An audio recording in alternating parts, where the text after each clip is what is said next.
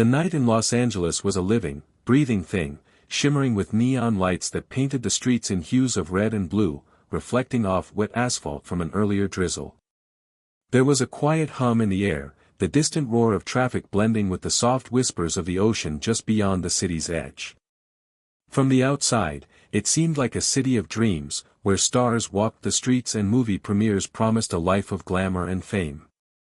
But beneath the glittering surface, another world thrived, a shadowed world of power, influence, and silent menace. It was a world where fortunes could be made and lives could be lost in the blink of an eye, a world carefully concealed behind velvet curtains and gilded doors. In this city, one man moved with a confidence that was both magnetic and intimidating. He had the ability to charm Hollywood's elite at one moment and command fear from hardened criminals the next. Mickey Cohen, born Meyer Cohen, was not merely a gangster, he was a symbol of a city's dark heartbeat. He walked the line between allure and danger, a man whose presence could fill a room with both admiration and tension. To the casual observer, he might have seemed like any other man enjoying the nightlife of Los Angeles, tipping his hat to a starlet, sharing a laugh at a nightclub table. Yet, beneath the surface, he wielded control over gambling rings, nightclubs, and the whispered agreements of men who feared crossing him. The streets at night seemed almost to acknowledge his presence, as though they bent subtly to his influence. Street lamps cast long, dramatic shadows across the sidewalks, and the flickering lights of marquees danced on the windows of cafes and theaters. From afar, the laughter and clinking of glasses could be heard drifting out into the air, a soft lullaby masking the undercurrents of violence, strategy, and silent rivalry. In these moments, Mickey Cohen's world was one of delicate balance. He was a master of perception, knowing exactly when to show charm and when to command authority, when to strike and when to retreat. Every decision, every movement, was measured, and yet, it was executed with an effortless grace that made it seem like instinct. The city itself seemed divided into two worlds. Above, the neon-lit boulevards and red-carpeted theaters spoke of dreams realized, of parties and laughter echoing through grand halls. Below, in hidden alleyways, back rooms, and shuttered storefronts, deals were made in whispers, sometimes sealed with handshakes, sometimes with threats that could never be ignored. Mickey Cohen navigated both worlds with a rare skill. Hollywood's glitter was his stage, and the underworld was his chessboard. He understood the allure of glamour and the necessity of fear, and he wielded both with precision.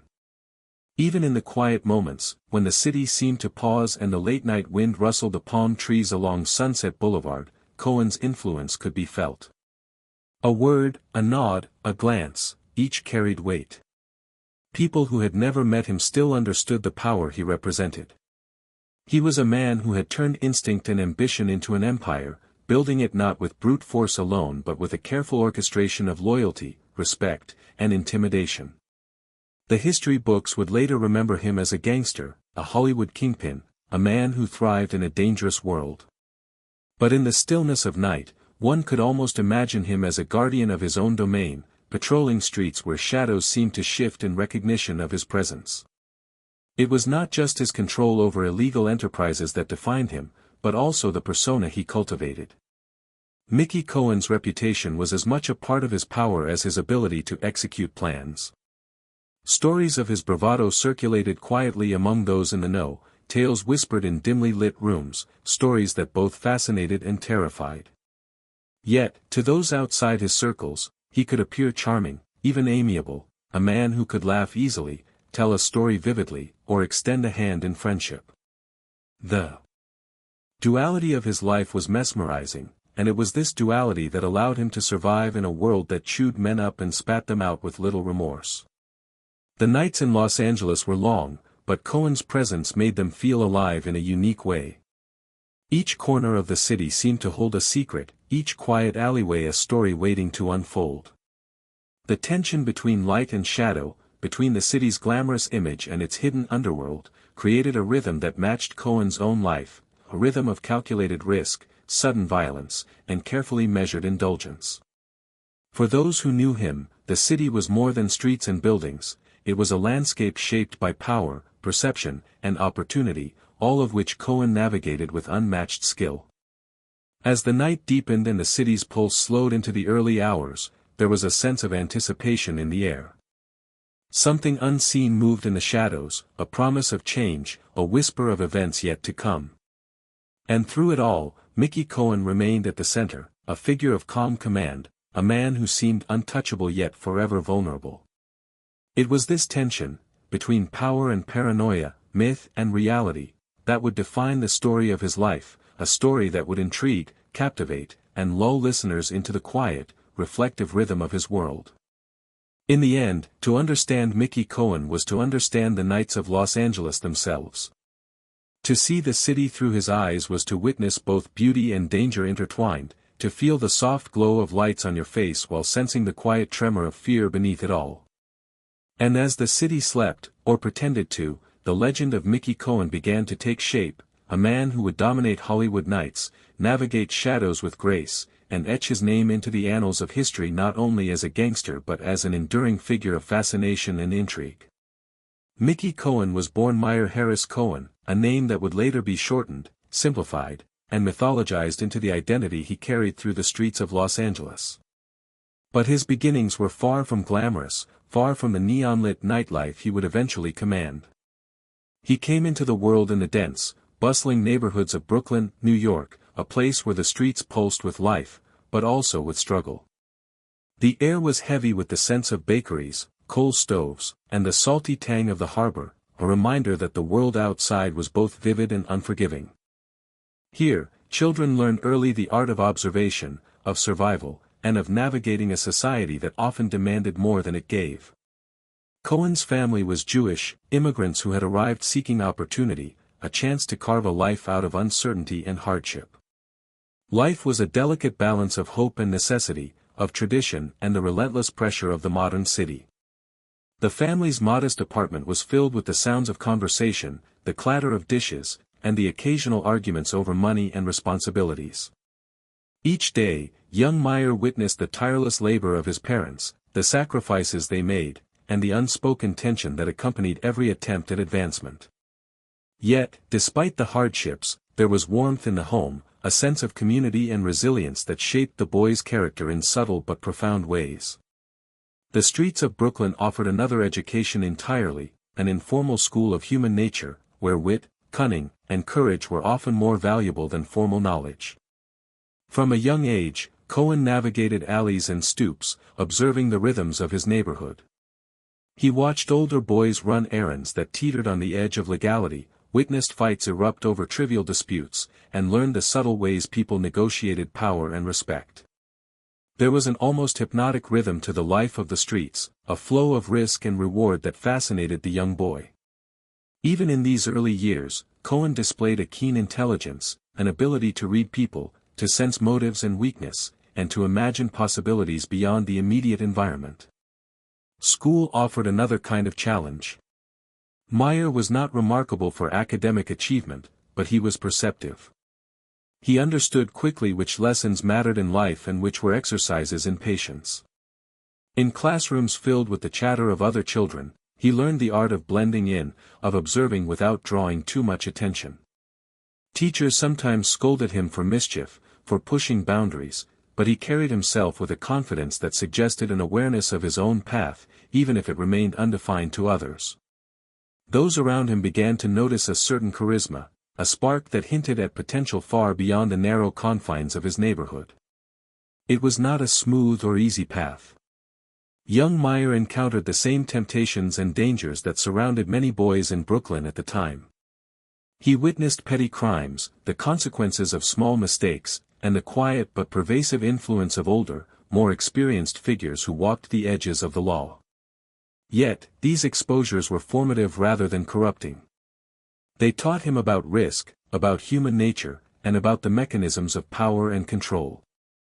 Even in these early experiences, one can trace the foundation of the man who would later command entire networks of organized crime with a mixture of charm, strategy, and sheer force of will. Family dynamics also played a crucial role. Cohen's parents were hardworking, strict in their discipline, and determined to instill values of resilience and perseverance. They emphasized the importance of loyalty, honesty, and pride in one's heritage, even as the city around them offered competing models of success, some legitimate, others morally ambiguous. The tension between these two worlds, the domestic, orderly space of home and the chaotic, sometimes ruthless realm of the streets, shaped Cohen's early understanding of choice, morality, and ambition. He learned that navigating life required both flexibility and cunning, and that sometimes survival demanded actions far removed from comfort or convention. Even in play, Myers showed early signs of strategic thinking. Games of chance with friends, small competitions over territory in the neighborhood, and contests of wit or endurance offered practice in assessing risk, measuring human behavior, and planning moves several steps ahead. There was an early duality to his character, a boy who could laugh, joke, and charm, yet who was acutely aware of the currents beneath the surface of every interaction.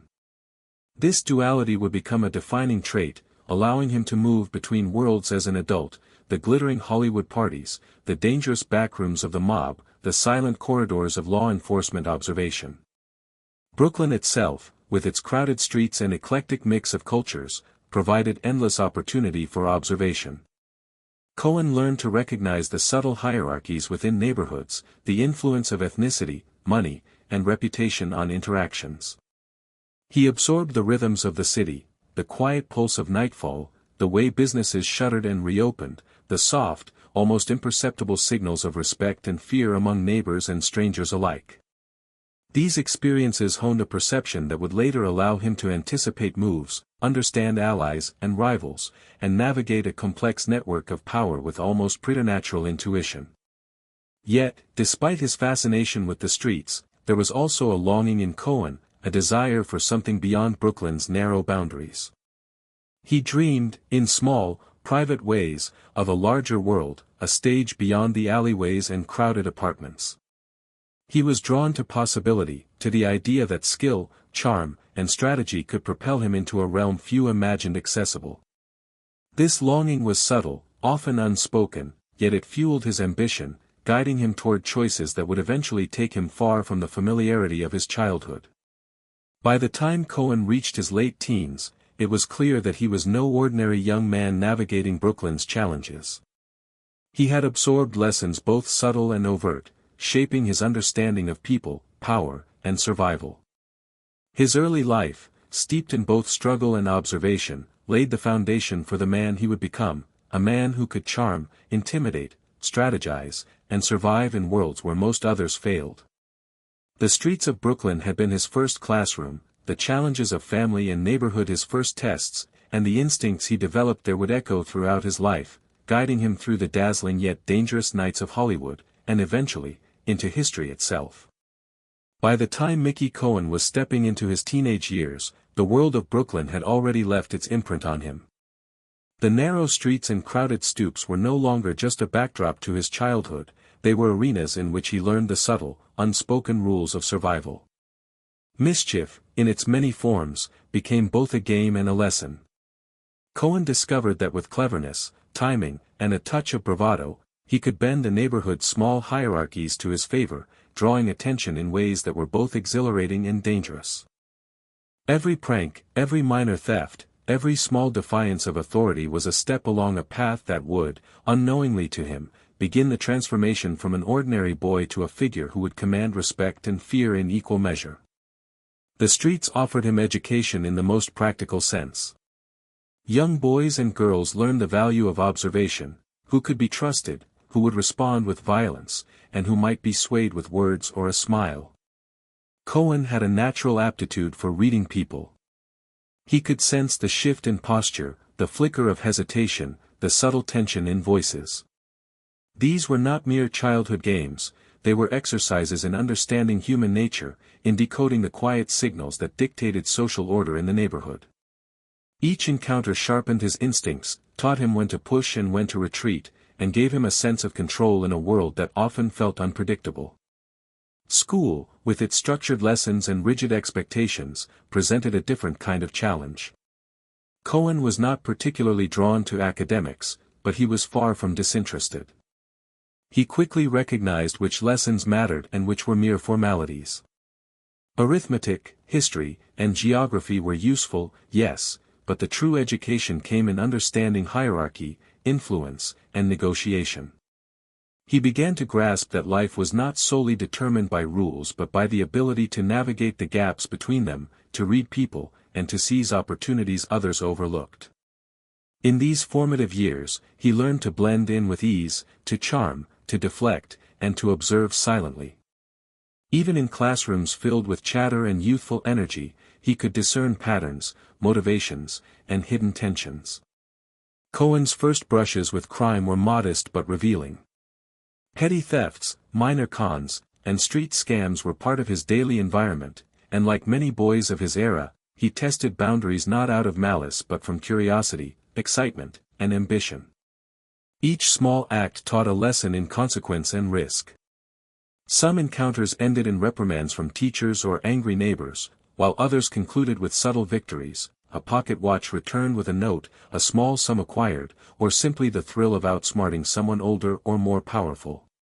These early experiences were both intoxicating and instructive, laying the foundation for a mind that would later orchestrate far more complex operations with precision. It was during these teenage years that Cohen also began to encounter the larger, more dangerous elements of urban life. Older gangs patrolled streets with a quiet, imposing authority, and their influence was undeniable. They offered a glimpse into a world where loyalty and intimidation governed interactions, where respect could be earned or demanded, and where power carried both privilege and peril. Cohen observed these figures carefully, learning the subtle art of influence. He noticed how a well-timed word, a firm stance, or a calculated act of intimidation could shift dynamics instantly. These lessons were absorbed quietly, almost instinctively, and would later inform the strategies that enabled him to rise through the ranks of organized crime. Yet, amid these lessons in cunning and survival, Cohen maintained a natural charisma that distinguished him from his peers. There was a magnetic quality to his personality, an ease with conversation and presence that drew people in. Even in moments of tension or conflict, he could diffuse situations with humor, charm, or an unspoken assertion of confidence. This charisma became one of his most powerful tools. It allowed him to navigate the unpredictable terrain of teenage rivalries, street disputes, and the early criminal milieu with a grace that suggested maturity beyond his years. Those who encountered him often found themselves simultaneously wary and intrigued, an early indicator of the duality that would define his adult life. Family remained an anchor during these formative years. Despite the allure of street life and mischief, Cohen's parents instilled lessons of resilience, loyalty, and perseverance. They were pragmatic, aware of the dangers of the city, and sought to guide their son toward a path that balanced opportunity with caution. At home, he experienced a world of routine, responsibility, and moral expectation, a contrast to the chaos and subtle violence of the streets. This duality, discipline and instinct, morality and ambition, became embedded in his psyche, forming the mental framework that would later allow him to operate with strategic precision, balancing charm and intimidation, legality and criminality. By the time he was in his mid-teens, Cohen had begun to experiment with small-scale schemes that required more planning, foresight, and audacity. He learned that patience could yield greater rewards than impulsive action, that alliances could be forged and dissolved with subtle gestures, and that reputation was as valuable as any tangible asset. Each success reinforced his confidence, each failure taught humility and the importance of foresight. These were lessons in human nature, strategy, and survival, lessons that would carry him far beyond the streets of Brooklyn, into the glittering yet dangerous world of Los Angeles and the organized crime networks he would one day command. Perhaps most importantly, Cohen's teenage years cultivated a sense of vision.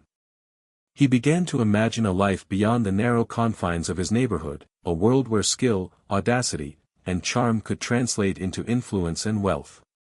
He was no longer content to merely react to circumstances, he sought to shape them, to seize opportunity, and to navigate the intricate networks of power that existed just beneath the city's surface. The early mischief, the petty thefts, the alliances and rivalries, all of these became stepping stones toward a future that was both alluring and perilous. Even as he tested boundaries and explored the limits of his environment, there remained an undercurrent of reflection and awareness. Cohen understood, even then, that every choice carried consequence, that every action had ripple effects beyond immediate perception. This understanding, combined with his natural intelligence and charisma, created a young man both cautious and daring, observant and assertive, playful and calculating, a combination that would define Mickey Cohen in the decades to come. By the end of his teenage years, the foundation of Mickey Cohen's life had been laid.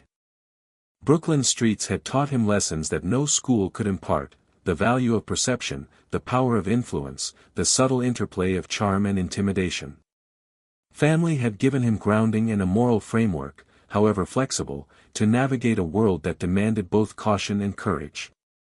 And within him, the spark of ambition, curiosity, and audacity burned steadily, illuminating a path toward a future that would lead him far from the familiar alleys of Brooklyn into the dazzling, shadowed nights of Hollywood, where he would rise to legendary notoriety. As Mickey Cohen approached adulthood, the streets of Brooklyn, with all their lessons and rhythms, began to feel both familiar and constraining.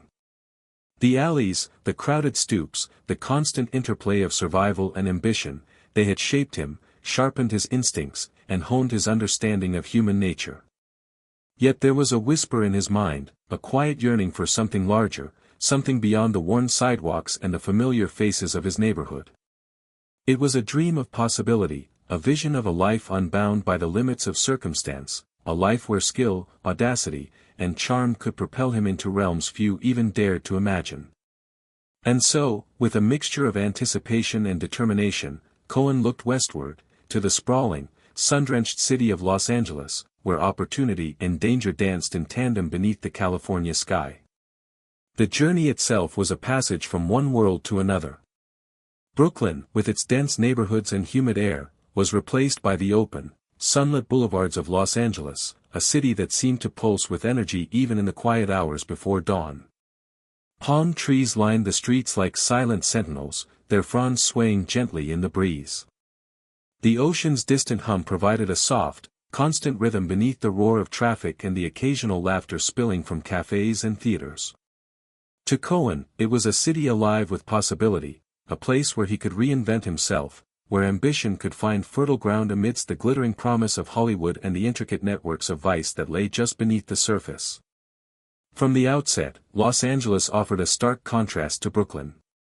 The sprawling neighborhoods and wide boulevards were a reminder that the world was larger than the narrow streets of his youth. The air smelled of salt from the Pacific mingling with the sweet tang of citrus groves, a scent wholly different from the coal, bread, and harbor of Brooklyn. Nightfall in L was a spectacle in itself. The neon signs flickered on, casting long shadows across the streets. The gentle hum of car engines and streetcars created a soft rhythm, almost like a lullaby for the city's restless inhabitants. And yet, beneath this serene and picturesque surface, there were darker currents at play, hidden in the back alleys, shuttered storefronts, and quiet whispers of the city's underworld. Cohen sensed these currents immediately, recognizing that just as opportunity existed, so too did danger, and he would need to navigate both with care. Cohen's early days in Los Angeles were a careful study of the city's pulse. He observed the ebb and flow of its nightlife, the patterns of business and pleasure, and the subtle hierarchies of influence that governed both legitimate and illegitimate enterprises. He spent long hours walking the boulevards, noting the nightclubs, bars, and gambling dens where men and women pursued both dreams and vices. Each corner of the city seemed to offer a lesson, a chance to understand the delicate interplay of power, charm, and fear. It was a landscape both foreign and exhilarating, where a single connection or insight could open doors to wealth, influence, and notoriety, or bring swift and unforeseen peril. One of the first challenges Cohen encountered was the delicate art of reputation. In Brooklyn, he had learned how to command attention, how to navigate conflict, and how to assert himself among peers. But Los Angeles required a different subtlety, a combination of charm, observation, and strategic timing. He needed to understand the city's existing power structures, the networks of influence controlled by established figures, and the hidden currents that dictated the flow of money, respect, and fear. Each interaction became a lesson, each observation a piece of a larger puzzle. He learned to gauge the intentions of strangers, to read subtle shifts in behavior, and to discern when to offer friendship and when to hold back. These skills, honed through years of street education, became invaluable tools as he began carving out his place in the city's complex social and criminal ecosystems. Los Angeles, with its constant juxtaposition of glitz and shadow, also offered Cohen glimpses of the lives he aspired to emulate and control. The Hollywood parties, the celebrities, the sparkling nightclubs, they were spectacles of glamour and influence, yet they often concealed the darker dealings that funded them. Cohen observed carefully, noting who wielded power quietly, who was merely an actor in a larger game, and how ambition could be masked behind charm, wealth, or social position. These lessons, absorbed in subtle increments, became part of his growing playbook for navigating a world where appearances were as important as actions, and where perception could often outweigh reality. Despite the allure of the city's bright lights, Cohen never lost sight of the fundamentals he had learned in Brooklyn. Survival required vigilance, awareness, and adaptability. Each day brought new challenges, new opportunities, and new risks. He learned to move seamlessly between environments, blending into the backdrop of daytime streets while asserting presence and authority when necessary in the shadowed corners of the night. He cultivated relationships with figures who could offer guidance, protection, or insight, always careful to balance loyalty with self-interest. This delicate navigation of relationships, power, and opportunity became the foundation for his rapid ascent in the Los Angeles underworld. Cohen's ambition was matched by a patience that belied his youthful energy. He understood that dominance could not be rushed, that every move needed to be calculated, every alliance carefully considered. Los Angeles was a city that rewarded boldness but punished recklessness, and he approached it with a steady, observant gaze. In quiet moments, walking the moonlit boulevards or watching the neon reflections shimmer on wet streets, Cohen imagined the possibilities that lay ahead, the nightclubs he might control, the gambling operations he could influence, the alliances he could forge. Each step forward was measured, each interaction a thread woven into a tapestry of future power. And so, the young man from Brooklyn became a student once more, this time of the sprawling, sun-drenched city that promised both opportunity and peril. He studied, observed, and learned, not merely to survive but to thrive. The streets of Los Angeles were different from the streets of Brooklyn, they were wider, more luminous, and more deceptive, but the lessons were the same: perception, timing, loyalty, and control were paramount. And in the quiet rhythm of the city's nights, Cohen felt the stirrings of destiny, a sense that he was being prepared for a life that would intertwine glamour, danger, and notoriety in ways that few could imagine. Los Angeles was a city of contrasts, where the glimmering glamour of Hollywood could hide the darkest secrets in its shadows. For Mickey Cohen, the city was a playground of opportunity, yet navigating it required more than ambition, it demanded understanding, patience, and alliances. One of the most significant milestones in his journey was his introduction to the organized crime world, a realm where loyalty was currency, power was earned through both fear and respect, and every connection could either elevate or destroy. This was the stage upon which Cohen would learn to wield influence, to negotiate his place among men who were as dangerous as they were charismatic. His first encounters with the criminal underworld were subtle and carefully orchestrated. Cohen did not storm in with brash confidence. Instead, he observed, listened, and waited. The city was full of men who had spent decades mastering the art of control, men who measured every word and every gesture. To join their ranks, Cohen had to demonstrate not only courage but intelligence, discretion, and an understanding of human nature. Each interaction became a test, each conversation a subtle negotiation of trust and perception.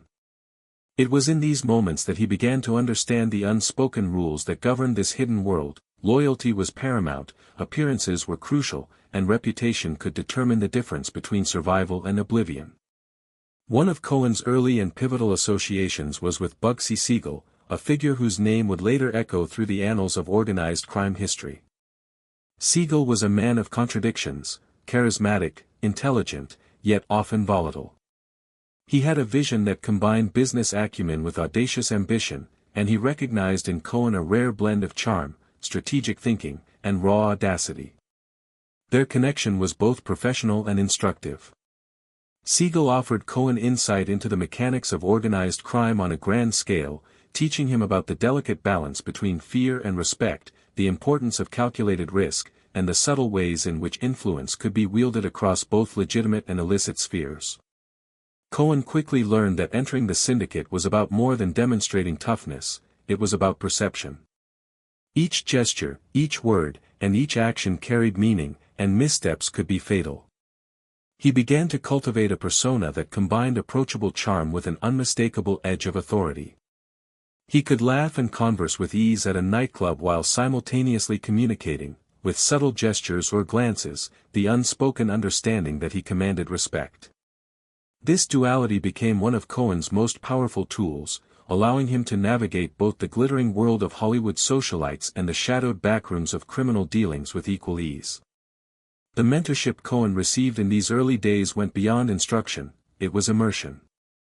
He observed Siegel negotiating deals with politicians, financiers, and other influential figures, witnessing firsthand the intersection of legality and crime, of public perception and private manipulation. These experiences taught him that power was rarely overt, it was often subtle, concealed beneath layers of charm, influence, and quiet intimidation. Cohen learned that alliances could shift in an instant, that loyalty was as fragile as it was valuable, and that the most successful figures were those who could adapt, anticipate, and strategically position themselves in a constantly changing landscape. As Cohen became more integrated into these circles, he also began to understand the importance of reputation. In the world of organized crime, stories traveled faster than facts, and perception often outweighed reality. A man's name could command respect, or provoke fear, long before he ever demonstrated his capabilities. Cohen cultivated a presence that communicated both competence and unpredictability. He knew that being underestimated could be advantageous, while being overexposed could invite scrutiny and danger.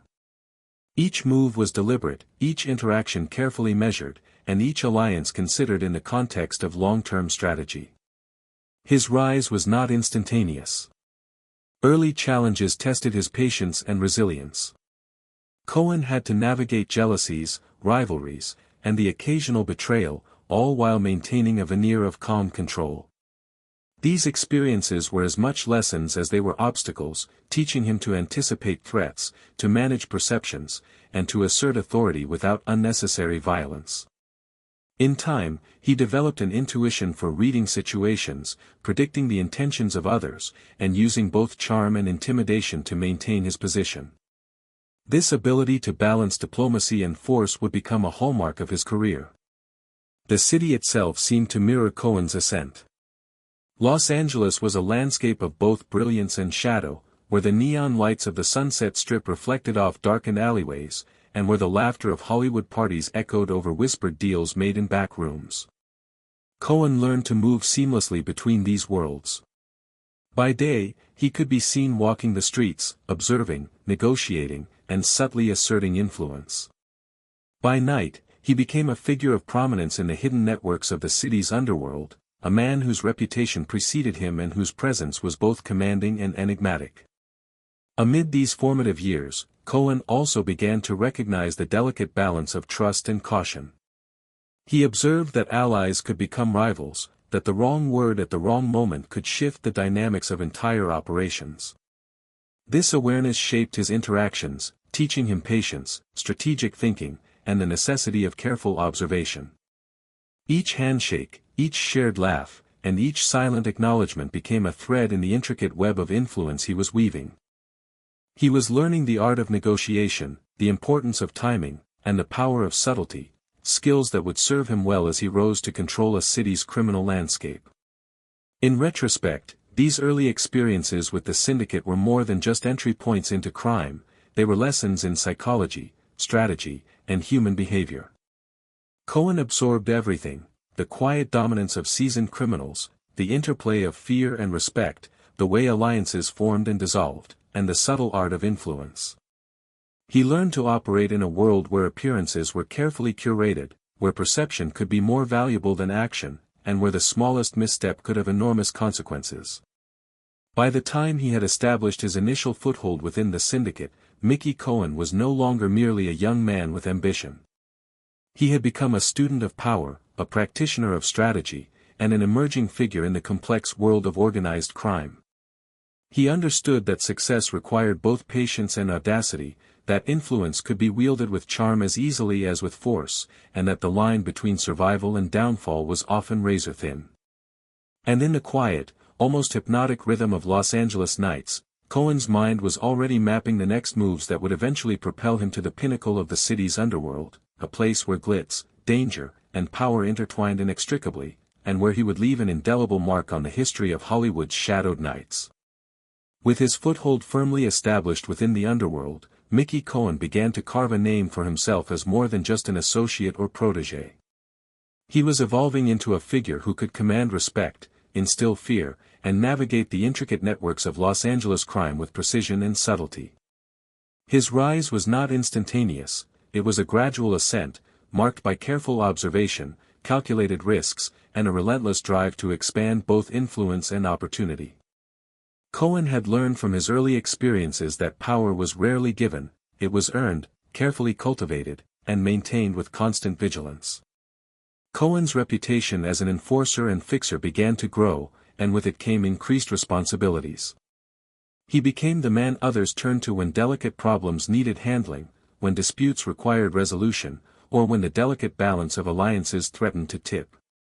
Whether it was smoothing over conflicts between rival factions, ensuring that agreements were honored, or delivering quiet warnings to those who crossed the wrong lines, Cohen demonstrated a combination of intelligence, decisiveness, and a calm yet unmistakable authority. People began to recognize that his presence was both a reassurance and a warning. He could charm and negotiate, but he could also act with swift precision if provoked. The duality of Cohen's persona became more pronounced during this period. By day, he could mingle with Hollywood elites, attend exclusive parties, and converse with actors, producers, and influential figures with ease. By night, he moved through the backrooms of gambling dens, clandestine meetings, and shadowed alleys, commanding loyalty and respect from men for whom violence was a familiar currency. This fluidity between worlds was a skill few possessed. It required not only charm and intelligence but also an acute awareness of human behavior and the subtle cues that dictated interactions. Cohen had mastered the ability to read situations, to anticipate moves, and to act with a balance of diplomacy and force that few could match. One of the defining elements of Cohen's rise was his association with illegal gambling operations, which were both lucrative and dangerous. He understood that control over gambling offered more than financial gain, it provided influence over people, networks, and even politicians. He began to assert authority over these operations, carefully negotiating with rivals and allies alike, ensuring that his reputation as a man who could be trusted, and feared, was cemented. His decisions were always strategic, balancing risk and reward, and each success further solidified his position within the criminal hierarchy of Los Angeles. As his influence expanded, Cohen also began to recognize the subtle interplay between public perception and hidden power. In Hollywood, appearances were everything. A man could be feared in the underworld yet appear charming and approachable in public, and Cohen navigated this balance with remarkable skill. He cultivated an image that inspired confidence, whether in legitimate circles or in the hidden corridors of criminal dealings. His charisma became a tool as powerful as any enforcement or intimidation tactic. It allowed him to maintain alliances, negotiate disputes, and operate in a world where appearances often mattered as much as reality. Cohen's rise was further accelerated by his understanding of timing and patience. He had learned from early lessons in Brooklyn that impulsive action often led to mistakes, while strategic, measured moves yielded far greater rewards. He applied this philosophy to every decision: when to confront, when to negotiate, when to observe quietly, and when to strike. This careful orchestration of action and perception allowed him to expand his operations while minimizing unnecessary risk, a skill that would later become crucial in his ascension to a central position in the Los Angeles underworld. Despite the growing power and influence, Cohen's life was not without tension. As he gained prominence, rival factions took notice, and the delicate balance of alliances became increasingly precarious. Threats, subtle or overt, emerged as a constant undercurrent in his daily life. Cohen learned to navigate these challenges with both foresight and restraint, understanding that a misstep could undermine years of careful work. He honed an ability to remain calm under pressure, to assess threats without panic, and to act decisively when necessary, maintaining control over situations that might have overwhelmed lesser figures. Cohen's role as an enforcer and fixer also required a deep understanding of psychology. He learned to influence, intimidate, and negotiate with a precision that bordered on artistry. A glance, a choice word, or a quiet gesture could shift the dynamics of a room, alter alliances, or resolve conflicts. Cohen recognized that true power was often exercised not through brute force alone but through perception, timing, and subtle manipulation. His growing mastery of these skills made him indispensable to those who sought to navigate the treacherous waters of Los Angeles's criminal landscape. During this period, Cohen also began to develop his own network of loyal associates. These men were chosen not solely for their skill or toughness but for their reliability, discretion, and ability to operate within the delicate balance of loyalty and ambition. Cohen understood that the strength of a criminal empire was not just in the actions of one man but in the coordination, trust, and competence of the people who supported him. His careful cultivation of these relationships ensured that he could extend his influence across multiple operations without overexposing himself to risk. Cohen's ascent was not merely about accumulating power, it was about understanding and controlling the environment around him. Los Angeles, with its mix of Hollywood glamour and shadowed criminal activity, required a delicate orchestration of strategy, perception, and timing. Cohen navigated this landscape with an almost intuitive sense of when to act, when to wait, and when to assert authority. Each night in the city, each encounter in a nightclub or gambling den, was an opportunity to reinforce his position, cultivate alliances, or neutralize threats. His growing understanding of human nature, influence, and strategy made him a figure whose presence could shift dynamics quietly but powerfully. As the nights passed and Cohen solidified his role as a central figure in Los Angeles's underworld, the city itself seemed to acknowledge his emergence. Street lamps cast long shadows that seemed to bend toward him, neon lights reflected off wet asphalt as if signaling his presence. Cohen had become a man whose reputation preceded him, a figure both admired and feared, a master of negotiation and strategy, a charismatic enforcer whose influence extended far beyond the confines of any single operation. It was a rise marked not by impulsive aggression but by calculated intelligence, charm, and relentless ambition. By the end of this period, Mickey Cohen had transformed from a streetwise observer and opportunistic young man into a powerful enforcer and strategist within the Los Angeles underworld. He understood that influence required patience, perception, and careful orchestration, and he wielded these qualities with precision. His ascent had been steady, deliberate, and guided by a deep understanding of human behavior, alliances, and the delicate balance between power and risk. The foundation had been laid for a man who would go on to dominate Hollywood nights, navigate the complex interplay of glamour and crime, and leave an indelible mark on the city that pulsed with both opportunity and danger. As Mickey Cohen solidified his presence in Los Angeles, he began to recognize the subtle art of influence that went beyond mere force or intimidation. Power, he realized, was as much about perception and reputation as it was about control of territory or enforcement. Hollywood, with its endless nights, glittering parties, and elite circles, provided a stage where charm and charisma could translate into real advantage.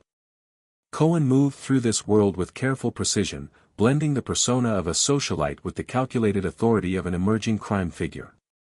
Every interaction, every conversation, carried weight, every smile or nod was carefully measured, every gesture a statement of presence and intention. One of the most crucial elements of Cohen's rise during this period was his growing network of alliances. He understood that influence was rarely wielded in isolation. Men like Bugsy Siegel had shown him that power was often a collective enterprise, built upon loyalty, strategy, and the careful orchestration of relationships. Cohen began to cultivate his own cadre of trusted associates, each chosen not only for skill but for reliability, discretion, and their ability to execute his vision. These men became extensions of his will, capable of acting on his behalf while maintaining the delicate balance of discretion and authority that defined his operations. Cohen's growing influence also required an acute understanding of the city's criminal ecosystem. Los Angeles was not a single entity but a complex network of factions, each with its own hierarchy, rules, and territories. He learned to navigate these divisions with subtlety, ensuring that he maintained strategic neutrality when necessary, asserted authority when advantageous, and cultivated loyalty where it was most critical. Every action was a negotiation, every decision a calculation. Cohen had mastered the art of assessing both immediate risk and long-term consequences, a skill that allowed him to expand his influence without provoking unnecessary conflict. During this period, his association with Hollywood figures became increasingly significant. Nightclubs, casinos, and social events were more than venues for leisure, they were intersections of power, opportunity, and information. Cohen could move seamlessly through these spaces, observing alliances, noting vulnerabilities, and identifying potential collaborators. He understood that relationships with influential figures could provide protection, resources, and legitimacy. These connections were invaluable, allowing him to operate with greater freedom, influence decision-making, and anticipate moves by rivals or law enforcement. The city, in its glittering duality, became both a playground and a chessboard, and Cohen proved adept at playing both. One particularly defining aspect of this stage in Cohen's life was his reputation for strategic foresight. He became known as a man who thought several steps ahead, anticipating the movements of rivals, allies, and law enforcement alike. This reputation, combined with his natural charisma, made him a figure whose presence was respected, even feared. Cohen had learned that perception could be as powerful as action, that a single well-timed gesture, a quiet warning, or a carefully placed story could shift the dynamics of an entire network. He wielded this understanding with care, ensuring that his image remained one of authority and capability while minimizing unnecessary exposure to risk. Cohen's rise was also punctuated by moments of tension that tested his instincts and resolve. Rival factions, sensing his growing influence, occasionally challenged his authority or encroached upon his operations. These moments required delicate negotiation, a combination of diplomacy and intimidation, and a precise assessment of risk. Cohen's ability to navigate these challenges without resorting to reckless violence further cemented his reputation. He had learned that patience and strategy often yielded more lasting results than brute force alone. Each successfully navigated conflict reinforced his authority and demonstrated his capacity for leadership and calculated decision-making. Alongside his criminal endeavors, Cohen also had to manage the constant scrutiny of law enforcement. The Los Angeles Police Department, as well as federal authorities, were acutely aware of the city's organized crime networks. Cohen quickly understood that public perception, legal maneuvering, and discretion were as important as his operations themselves. He learned to maintain a low profile when necessary, to engage in strategic misdirection, and to leverage his social connections to maintain influence without attracting unwanted attention. These tactics allowed him to operate with a degree of freedom that many others could not, further distinguishing him as a master of both perception and action. During this stage, Cohen's life also illustrated the fine line between fear and respect. Those who knew him or had encountered him understood that he commanded both. He could inspire loyalty through generosity, guidance, or opportunity, yet he could equally instill caution through reputation, subtle intimidation, or decisive action. This balance of respect and fear became a defining element of his persona, enabling him to maintain authority over associates, rivals, and allies alike. It was a careful orchestration of influence that required constant attention, a nuanced understanding of human behavior, and an unwavering confidence in his own abilities. Cohen's ability to anticipate threats and opportunities alike allowed him to expand his influence steadily. Each operation, each negotiation, and each carefully managed interaction contributed to a growing empire, one that extended beyond gambling operations into broader networks of influence, entertainment, and vice. By this point, he had become not just a figure in the underworld, but a presence whose reputation transcended the streets, recognized by peers, feared by rivals, and carefully monitored by authorities. The city itself seemed to bend around his growing influence, the neon lights reflecting off wet streets like markers of his ascent, the distant hum of traffic serving as a constant reminder of the city's restless energy. Even as Cohen's power grew, he maintained a sense of calculated patience, understanding that overreach could be fatal. He measured his actions carefully, building alliances, neutralizing threats, and reinforcing his authority with precision. His life became a delicate balance of ambition and caution, charm and intimidation, visibility and discretion. It was this equilibrium that allowed him to thrive in a world where volatility was constant and the margin for error was vanishingly small. By the end of this period in his life, Mickey Cohen had transformed into a formidable figure, an enforcer, negotiator, strategist, and emerging leader within Los Angeles's complex underworld. His influence extended across multiple spheres, from gambling dens and nightclubs to Hollywood social circles and criminal alliances. He had learned the importance of patience, perception, and calculated action, and he wielded these lessons with a deft hand.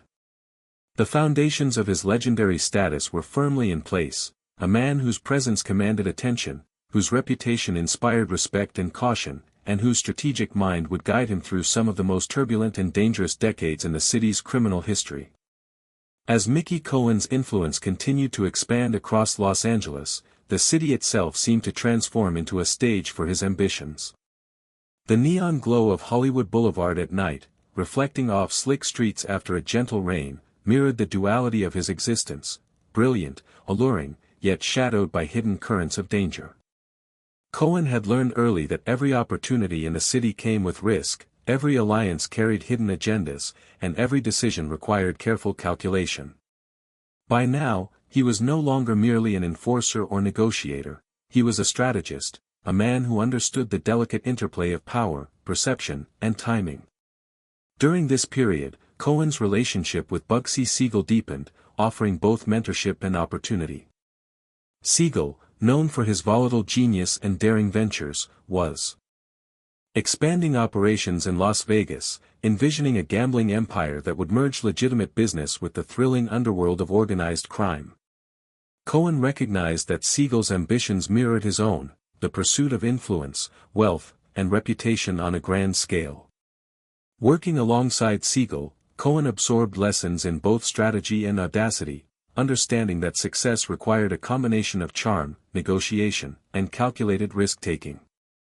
The two men complemented each other, Siegel's vision and daring paired with Cohen's analytical mind and ability to navigate social and criminal networks with subtlety.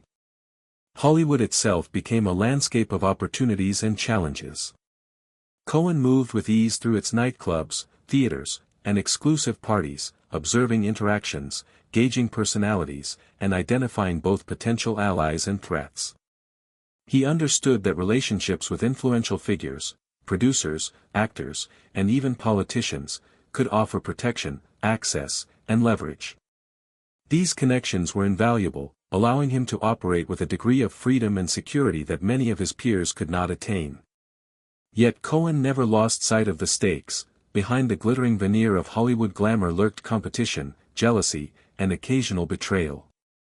Each encounter was both a lesson and a test, requiring finesse, perception, and restraint. One of the most significant lessons Cohen learned during this period was the importance of timing.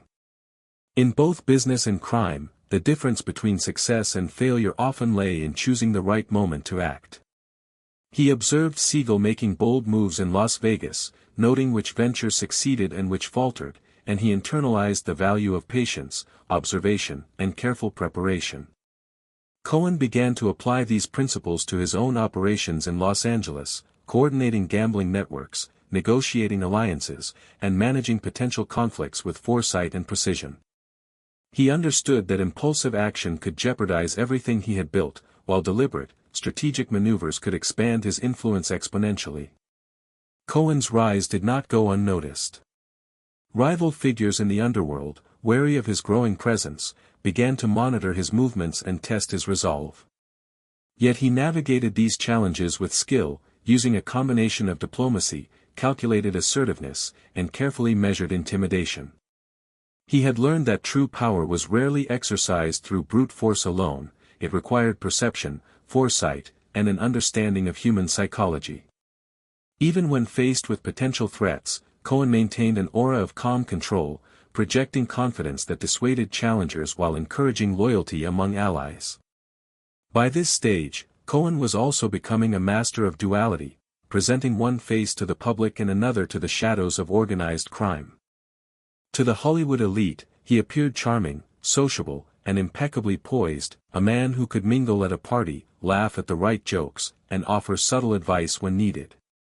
To his underworld associates, he was a figure of authority and precision, a man whose decisions could determine the fate of operations, alliances, and rivalries. This ability to navigate both worlds simultaneously was a rare skill, one that required constant awareness, adaptability, and a deep understanding of human behavior. Cohen's work in gambling operations expanded during this period, not just as a source of wealth but as a mechanism for influence. Control over casinos and underground gambling establishments offered leverage over both peers and rivals, providing information, alliances, and occasionally subtle intimidation. Cohen became skilled at orchestrating operations that appeared seamless and innocuous to outsiders while maintaining tight control over the outcomes and the flow of resources. He understood that in the world he inhabited, information was power, and he carefully curated what he revealed, to whom, and when. Simultaneously, Cohen's personal reputation began to take on legendary qualities. Stories of his intelligence, charisma, and daring circulated quietly through both legitimate and criminal circles. He was recognized as a man who could negotiate delicate situations, who could anticipate rival moves, and who could execute complex plans without unnecessary attention. This reputation was as much a tool as any network of associates or controlled operations. It created a sense of inevitability around his presence, a perception that he was always several steps ahead, capable of navigating challenges with calm authority. Cohen's relationship with Siegel also highlighted the balance of mentorship and rivalry that often defines the underworld. While Siegel offered guidance and opportunity, Cohen remained vigilant, learning to trust without becoming dependent, to absorb wisdom while maintaining his own judgment. This balance allowed him to develop a level of independence and foresight that would serve him well in the years to come, especially as the turbulent dynamics of organized crime demanded both loyalty and adaptability.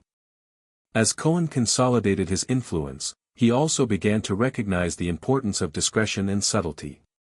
Public displays of power could invite law enforcement scrutiny or provoke rival factions, so he learned to operate behind the scenes, allowing his reputation, strategic decisions, and carefully managed operations to convey authority. He understood that true dominance was rarely visible, it was felt in the outcomes of events, in the responses of allies and rivals, and in the silent acknowledgement of his skill and foresight. By the end of this period, Mickey Cohen had fully embraced his role as a rising force in Los Angeles's criminal and social networks. He had learned to balance charm with authority, patience with audacity, and visibility with discretion. He had navigated rivalries, cultivated alliances, and expanded operations, all while maintaining an almost hypnotic calm that drew both admiration and respect. The city itself, with its glittering streets and shadowed corners, had become a landscape in which Cohen could move with purpose, strategy, and vision, a man whose presence commanded attention, whose influence extended across multiple spheres, and whose journey from Brooklyn had prepared him for the legendary status he would come to hold in Hollywood's shadowed nights. By the time Mickey Cohen had firmly embedded himself into the Los Angeles underworld, he was no longer just a rising figure, he was a presence whose influence was beginning to shape the city's criminal landscape. The lessons of Brooklyn and the mentorship of Bugsy Siegel had prepared him well, but Los Angeles was a different world entirely, one where power, perception, and subtlety were just as important as brute force. Cohen had learned that to thrive in this environment, he needed to blend audacity with restraint, visibility with discretion, and charm with an unmistakable edge of authority. At this stage, Cohen became increasingly involved in the orchestration of gambling operations, a realm that was both lucrative and precarious. Casinos and underground gambling dens were more than places of entertainment, they were arenas where influence was measured, alliances were forged, and rivalries were tested. Cohen understood that control over these operations offered more than profit, it provided leverage over people, over networks, and even over city officials who had their own interests in mind. He approached this domain with a combination of intelligence, patience, and meticulous planning, ensuring that every operation was managed with precision and every outcome served to reinforce his growing authority. One of the defining elements of Cohen's strategy during this period was his ability to anticipate the moves of others. He observed rivals, associates, and law enforcement with a keen, almost preternatural awareness, learning to read subtle cues, gestures, and unspoken signals. Cohen realized that in the world of organized crime, perception was often as powerful as action. A carefully timed decision, a subtle warning, or even a quiet show of confidence could shift the dynamics of a room, a negotiation, or an entire network. This intuitive grasp of timing and human behavior became one of Cohen's most potent tools, allowing him to maintain influence while minimizing unnecessary exposure to risk. Cohen's social acumen was equally important. He moved fluidly through the glamorous world of Hollywood, attending parties, nightclubs, and social gatherings where he observed not only potential allies but also subtle rivalries and power dynamics. To outsiders, he appeared charming and approachable, a man who could converse with ease, laugh at the right moments, and offer advice that was both insightful and disarming.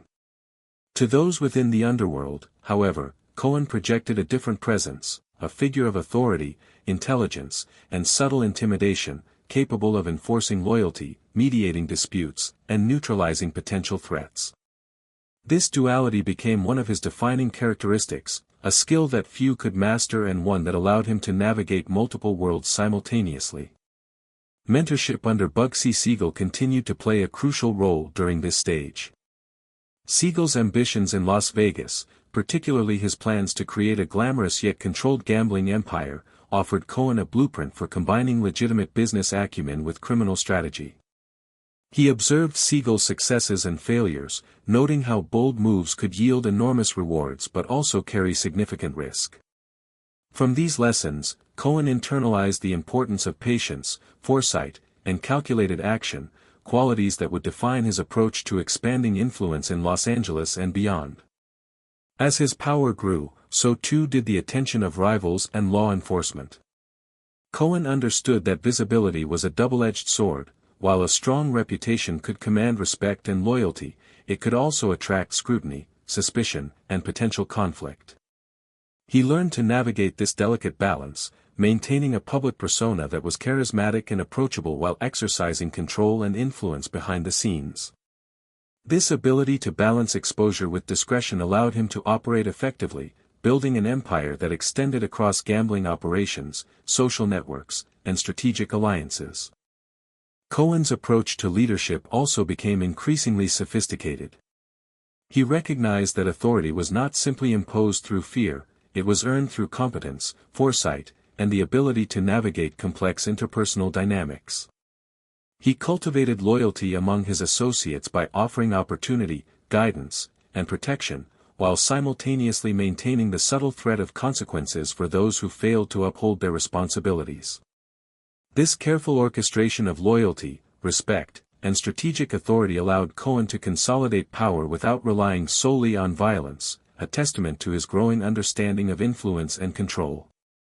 The lessons of human psychology became increasingly apparent during this period. Cohen observed how trust, perception, and reputation could shape interactions and outcomes. He noted that a whispered warning or a carefully timed intervention could prevent conflicts from escalating, while an ill-considered gesture could provoke unnecessary risk. By mastering these subtleties, Cohen established himself as a figure who could command both respect and caution, a man whose presence was felt even in his absence, and whose reputation often preceded him. Cohen's operations also required a careful understanding of the city's geography, both literal and social. Los Angeles, with its sprawling neighborhoods, hidden backstreets, and pockets of legitimate and illegitimate enterprises, demanded strategic navigation. Cohen moved with precision, ensuring that his influence was exerted in the right places, at the right times, and with the right people. Each neighborhood, each establishment, and each encounter became part of a broader strategy to maintain dominance, anticipate challenges, and expand influence without drawing unnecessary attention. By this stage, Mickey Cohen had become a master of balance. He blended charm with authority, patience with audacity, and discretion with visibility. His rise was marked not by reckless aggression but by calculated strategy, careful observation, and a deep understanding of human behavior. He had transformed from a streetwise young man into a commanding figure in the Los Angeles underworld, capable of navigating the complexities of crime, social dynamics, and perception with a deft and almost hypnotic precision. Even as Cohen's influence expanded, he remained vigilant. Rivals were always testing boundaries, and law enforcement remained a persistent threat. He understood that survival, and success, required constant awareness, adaptability, and the ability to act decisively when circumstances demanded. Every interaction, every decision, and every alliance was part of a larger tapestry, carefully woven to reinforce his position, expand his reach, and secure his legacy in the city's shadowed nights. By the end of this period, Mickey Cohen had firmly established himself as a rising power in Los Angeles. He had mastered the interplay of influence, perception, and strategy, cultivating loyalty among allies and caution among rivals. The lessons of his youth, combined with mentorship, observation, and calculated ambition, had transformed him into a figure whose presence could shape outcomes, command respect, and navigate the intricate networks of both crime and society. The foundations for his legendary status, the man who would dominate Hollywood nights, were firmly in place, and the city itself had become a stage upon which his ambitions would continue to unfold. By this stage in Mickey Cohen's life, his influence in Los Angeles had grown to a level where he was no longer just a rising figure in the criminal underworld, he had become a central force, a man whose decisions could ripple across the city's networks of power, gambling, and social influence. The streets, nightclubs, and hidden gambling dens of Los Angeles had become his domain, a landscape he navigated with a mixture of strategy, charisma, and calculated restraint. Each step he took was measured, each alliance carefully assessed, and every operation orchestrated with precision. Cohen had learned the subtle rhythms of the city, and he moved through it with a calm authority that both reassured allies and commanded respect from rivals. A defining element of this period was Cohen's growing role in the Las Vegas operations pioneered by Bugsy Siegel. Siegel's vision of a glamorous, organized, and highly profitable gambling empire had created both opportunities and challenges. Cohen observed carefully, noting the successes, failures, and intricacies of managing both legal and illegal enterprises in tandem. From Siegel, he learned that influence was not merely about control or force, it was about anticipation, strategy, and perception.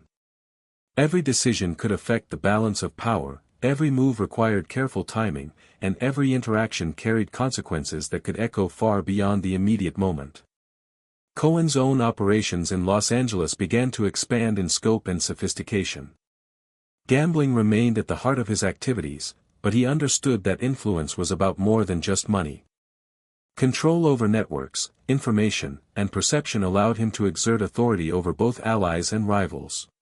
He cultivated loyalty by providing opportunity, guidance, and protection, but he also maintained an unspoken edge, a reminder that boundaries could be crossed only at one's own risk. This delicate balance of reward and caution became a hallmark of his approach, reinforcing both his credibility and his power. Hollywood remained a critical backdrop to Cohen's ascent.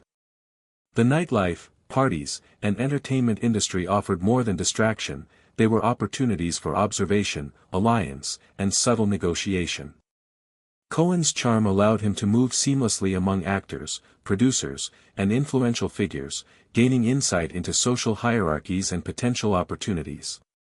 He understood that perception mattered as much as action, how he was seen by Hollywood's elite could influence the way he was treated in business and underworld circles alike.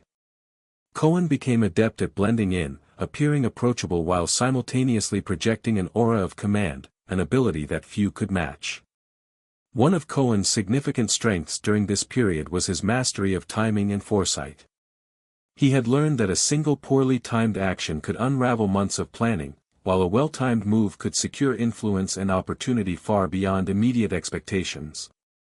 He applied this philosophy across all his operations, from negotiations with associates to interactions with rivals and law enforcement.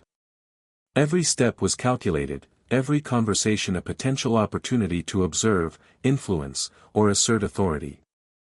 Cohen's ability to anticipate outcomes allowed him to maintain a level of control that many of his contemporaries could not achieve, and it reinforced his growing reputation as a man who was always several steps ahead. Cohen's leadership style was both subtle and authoritative. Unlike many figures in organized crime who relied solely on intimidation, he balanced force with strategy, charm with authority, and discretion with presence. He became a figure whom others respected not just for his ability to enforce power but for his intelligence, insight, and foresight. Associates found guidance and protection in his leadership, while rivals approached interactions with caution, aware that Cohen's decisions could shape outcomes in ways they could neither predict nor counter. This combination of respect and subtle fear allowed Cohen to maintain stability within his operations while expanding influence across multiple sectors of Los Angeles's underworld. During this period, the lessons Cohen had absorbed from Siegel and his early experiences in Brooklyn crystallized. He understood that influence depended on careful observation, strategic relationships, and the management of perception. Every interaction could be leveraged, every alliance carefully nurtured, and every decision weighed against potential long-term consequences. This mindset allowed him to operate with precision, consolidating power and building networks that extended across gambling, entertainment, and social spheres. Cohen's ability to integrate these lessons into a coherent strategy set him apart from his peers and positioned him for even greater prominence in the years to come. Cohen also understood the necessity of adaptability. Los Angeles, with its sprawling neighborhoods, shifting criminal alliances, and evolving social landscape, demanded flexibility. He remained alert to changes in the environment, adapting tactics, alliances, and operations as circumstances required. This adaptability, combined with his strategic foresight, allowed him to navigate both opportunity and threat with remarkable effectiveness. Cohen's life had become a delicate balance between audacity and caution, visibility and discretion, charm and authority, a balance that few could maintain with the level of skill he displayed. Despite his growing power, Cohen remained acutely aware of the precariousness of his position. Rival factions and ambitious newcomers constantly tested boundaries, while law enforcement maintained a watchful presence. Cohen's success depended not only on strategy and foresight but also on maintaining the illusion of calm and control. Every public appearance, every negotiation, and every operation was carefully calibrated to reinforce his authority while minimizing unnecessary exposure. His reputation was both a shield and a weapon, influencing behavior, shaping alliances, and deterring potential threats before they could materialize. By the end of this period, Mickey Cohen had become a commanding presence in Los Angeles. He had mastered the delicate art of balancing influence, perception, and power, consolidating authority across multiple domains while maintaining an aura of calm and control. His operations were sophisticated, his alliances carefully cultivated, and his reputation firmly established. The foundations for his legendary status, the man who would dominate Hollywood nights, navigate the intricate interplay of glamour and crime, and leave an indelible mark on the city's history, were now fully laid. Los Angeles, with its neon lights, shadowed alleys, and vibrant social tapestry, had become a city where Cohen moved with purpose, strategy, and undeniable presence, setting the stage for the events and challenges that would define his legendary rise. By the time Mickey Cohen had fully established himself in Los Angeles, the city's underworld had become a complex, shifting landscape, where alliances, rivalries, and opportunities constantly evolved. Cohen had grown into a figure whose presence carried weight, both in the shadowed halls of gambling dens and in the glittering corridors of Hollywood's nightlife. Yet with influence came challenges, new threats, emerging competitors, and the constant scrutiny of law enforcement. Navigating this terrain required not just audacity, but strategic foresight, an understanding of human nature, and the ability to maintain a delicate balance between charm, authority, and subtle intimidation. Cohen's operations had become increasingly sophisticated. Control over gambling networks, casinos, and other clandestine ventures was only the beginning. He now understood that true power extended beyond financial gain. Influence required the ability to negotiate, predict, and manipulate outcomes without attracting unnecessary attention. Every relationship, whether with an associate, a rival, or a city official, could be leveraged to achieve multiple objectives simultaneously. Cohen's rise depended as much on intellect as on reputation, and he had learned to wield both with precision. One of the key strategies Cohen employed was careful management of perception. In Los Angeles, appearances were as important as actions, particularly in a city where Hollywood glamour and criminal enterprise often intersected. Cohen cultivated an image that allowed him to move seamlessly between worlds. To actors, producers, and socialites, he appeared charming, approachable, and refined. To his underworld associates, he projected authority, decisiveness, and subtle intimidation. This duality was a hallmark of his leadership style, enabling him to command loyalty and respect while mitigating potential conflicts and rivalries. At this stage, Cohen's network of loyal associates had expanded considerably. These men were chosen not solely for strength or skill, but for reliability, discretion, and the ability to operate within the precise structures he had built. They were extensions of his will, capable of executing complex operations while maintaining the delicate balance of authority and loyalty that defined his leadership. Through careful cultivation of these relationships, Cohen ensured that his influence extended across multiple spheres, from gambling and entertainment to social and political networks, all without drawing undue attention. The mentorship he had received from Bugsy Siegel continued to resonate during this period, though Cohen's own style had evolved into something distinct. Siegel had taught him the importance of vision, daring, and audacity, but Cohen had internalized the subtle lessons, the value of timing, the importance of perception, and the necessity of calculated restraint. While Siegel's approach was often impulsive and aggressive, Cohen learned to temper bold moves with strategy, ensuring that his rise was steady, controlled, and resilient. It was this combination of ambition and foresight that allowed him to outmaneuver rivals and maintain stability in an environment defined by volatility. As Cohen consolidated his power, he also faced increasing pressure from both rivals and law enforcement. Competing factions were eager to challenge his influence, and ambitious newcomers sought to test the boundaries of his authority. Meanwhile, the police and federal authorities were aware of his operations, monitoring movements and attempting to gather evidence for potential prosecution. Cohen understood that survival in this landscape required not only physical presence but also psychological mastery, managing fear, respect, and perception simultaneously. Each decision had to be weighed against long-term consequences, and every interaction could be either an opportunity or a risk.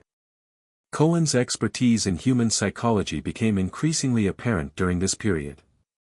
He had learned to read subtle cues in conversation, to anticipate reactions, and to understand motivations that were not always articulated.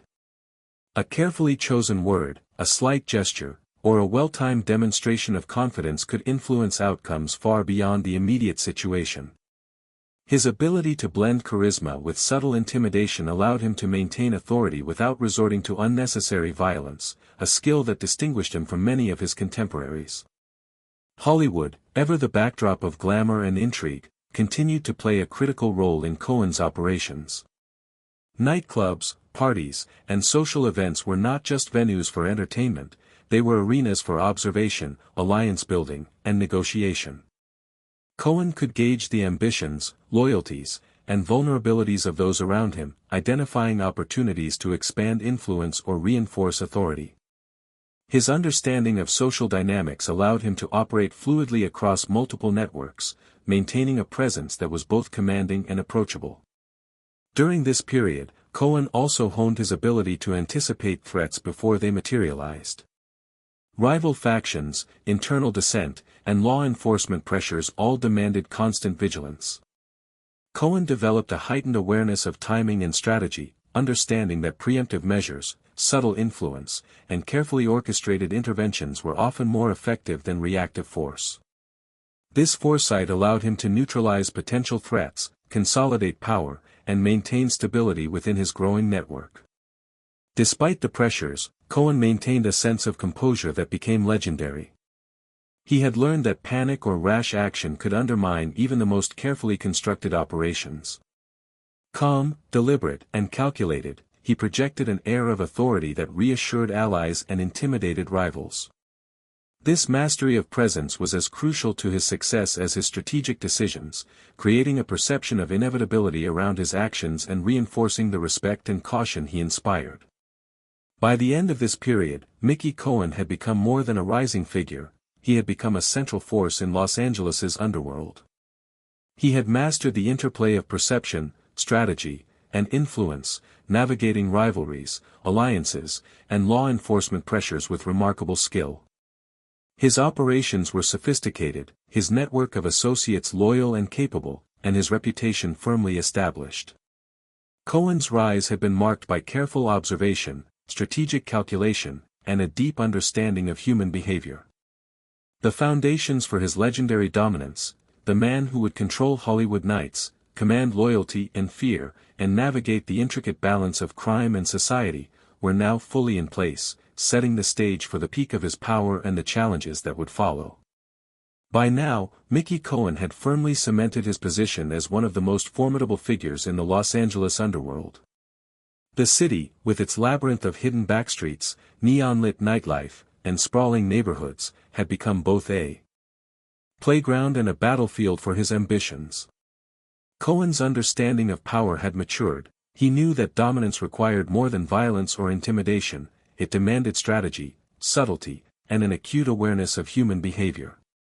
His influence extended across gambling operations, entertainment circles, and social networks, a testament to the careful cultivation of alliances and the disciplined orchestration of authority. Cohen's reputation for intelligence and foresight had become a defining characteristic of his persona. Those who crossed paths with him quickly realized that he possessed an almost uncanny ability to anticipate moves before they were made. Rival factions learned to tread lightly, associates sought his guidance, and even law enforcement acknowledged his influence as a persistent and calculating presence. Cohen's rise was not born from recklessness, it was forged through observation, patience, and a mastery of timing.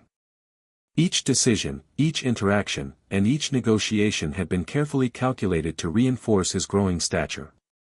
One of the critical areas of Cohen's influence was the control and expansion of gambling networks. These operations were both lucrative and strategic, providing not just financial gain but leverage over individuals, groups, and even political figures who had vested interests in the outcomes.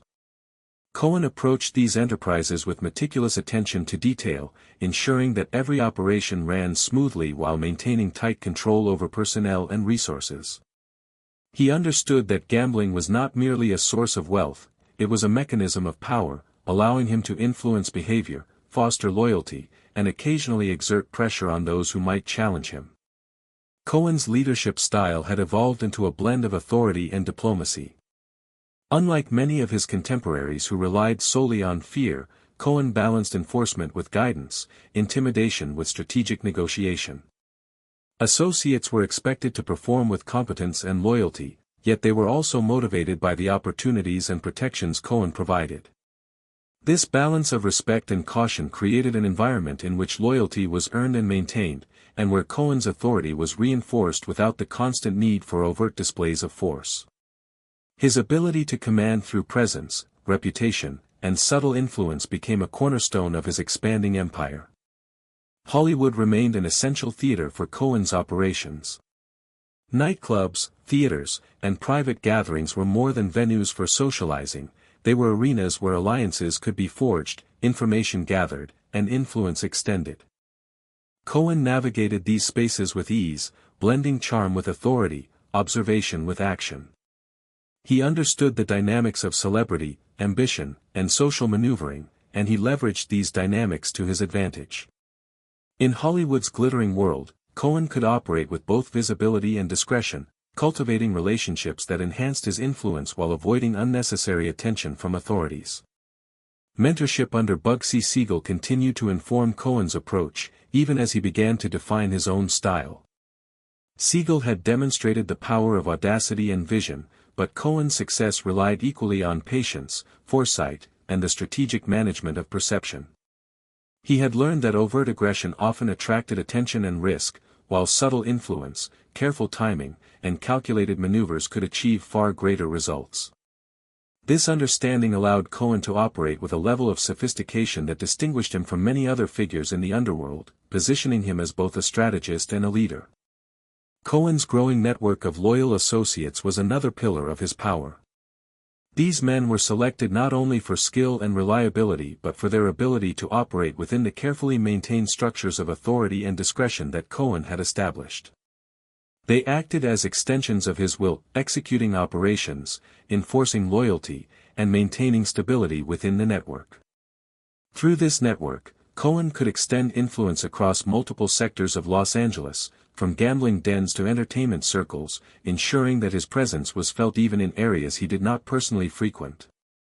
The challenges of rival factions and law enforcement pressures continued to shape Cohen's strategies. Rival gangsters tested boundaries, attempting to encroach on territories or undermine his operations, while police and federal authorities monitored his movements with growing scrutiny. Cohen's response was calculated and deliberate. Preemptive strategies, subtle negotiation, and precise demonstrations of authority allowed him to maintain dominance without unnecessary conflict.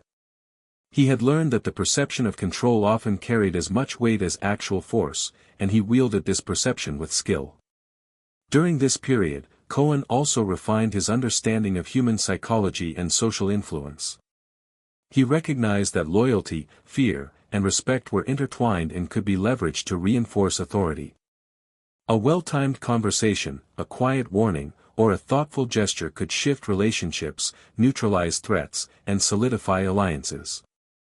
Cohen's mastery of these subtleties allowed him to navigate complex interactions with a calm assurance, maintaining control while projecting confidence, even under pressure.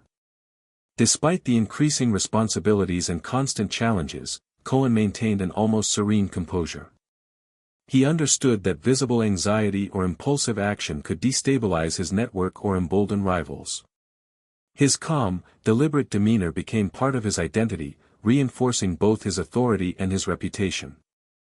Associates were reassured by his steadiness, rivals were cautioned by it, and the city itself seemed to recognize him as a figure of influence and foresight. By the end of this period, Mickey Cohen had transformed from a streetwise opportunist into a commanding force in Los Angeles. He had mastered the complex interplay of influence, perception, and strategy, consolidating power across gambling, entertainment, and social networks while maintaining a reputation for calm authority and strategic foresight. His rise had been carefully orchestrated, combining lessons learned from early life in Brooklyn, mentorship from Bugsy Siegel, and years of meticulous observation and practice. The foundations for his legendary status were firmly established: a man who would dominate Hollywood nights, command loyalty and respect, and navigate the intricate dynamics of crime, society, and power with unparalleled skill. As Mickey Cohen's influence in Los Angeles continued to grow, the city itself became both a stage and a mirror of his ambitions. Neon signs glimmered on rain-slicked streets, the distant hum of traffic punctuated the nighttime air, and the pulse of Hollywood nightlife created a rhythm that Cohen had learned to read with almost instinctual precision. By this time, he was no longer merely a participant in the underworld, he had become a central figure whose presence shaped decisions, alliances, and rivalries. Each movement he made, each conversation he engaged in, contributed to an intricate web of influence that extended across the city, from the glittering clubs of Hollywood to the hidden gambling dens tucked into side streets. Cohen's approach during this period was marked by an ever-increasing sophistication. He had learned that real power was rarely about force alone. True dominance required strategy, observation, and the ability to anticipate outcomes. His operations were meticulously planned and executed, blending legitimate ventures with underworld activity in ways that created both profit and leverage. Casinos, nightclubs, and gambling establishments were more than money-making enterprises, they were instruments of influence. Through careful control of these operations, Cohen could gather information, cultivate loyalty, and assert authority, often without the need for overt confrontation. Mentorship from Bugsy Siegel remained a guiding influence, yet Cohen's style had evolved into something uniquely his own. Siegel had demonstrated audacity and vision, but Cohen had internalized the subtle lessons, the importance of timing, discretion, and the manipulation of perception. While Siegel's brilliance often came with volatility, Cohen developed a steadier approach, combining intelligence with charm, foresight with patience. This combination allowed him to expand influence steadily, outmaneuver rivals, and maintain stability in a world defined by volatility and risk. Cohen's network of loyal associates became a critical pillar of his power. These men were chosen not only for their competence but for their ability to operate with discretion, execute complex plans, and maintain the balance of loyalty and authority that Cohen demanded. They acted as extensions of his will, ensuring that his influence was felt even in areas where he was not physically present. Through these networks, Cohen could manage operations across gambling, entertainment, and social spheres, creating a reach that reinforced his growing reputation as a strategic and commanding figure. Hollywood remained a crucial arena for Cohen's operations. The city's entertainment industry, with its glimmering parties, influential producers, and ambitious actors, provided opportunities for observation, alliance, and influence. Cohen's charm allowed him to move effortlessly through these spaces, blending in while simultaneously asserting a subtle authority. He could gauge ambitions, detect rivalries, and identify opportunities to consolidate power. In this way, Hollywood became not only a backdrop for his social presence but also a strategic landscape where influence could be cultivated with careful, deliberate attention. One of Cohen's defining strengths during this period was his mastery of human psychology. He had learned to read gestures, tone of voice, and subtle expressions, anticipating reactions and leveraging them to his advantage.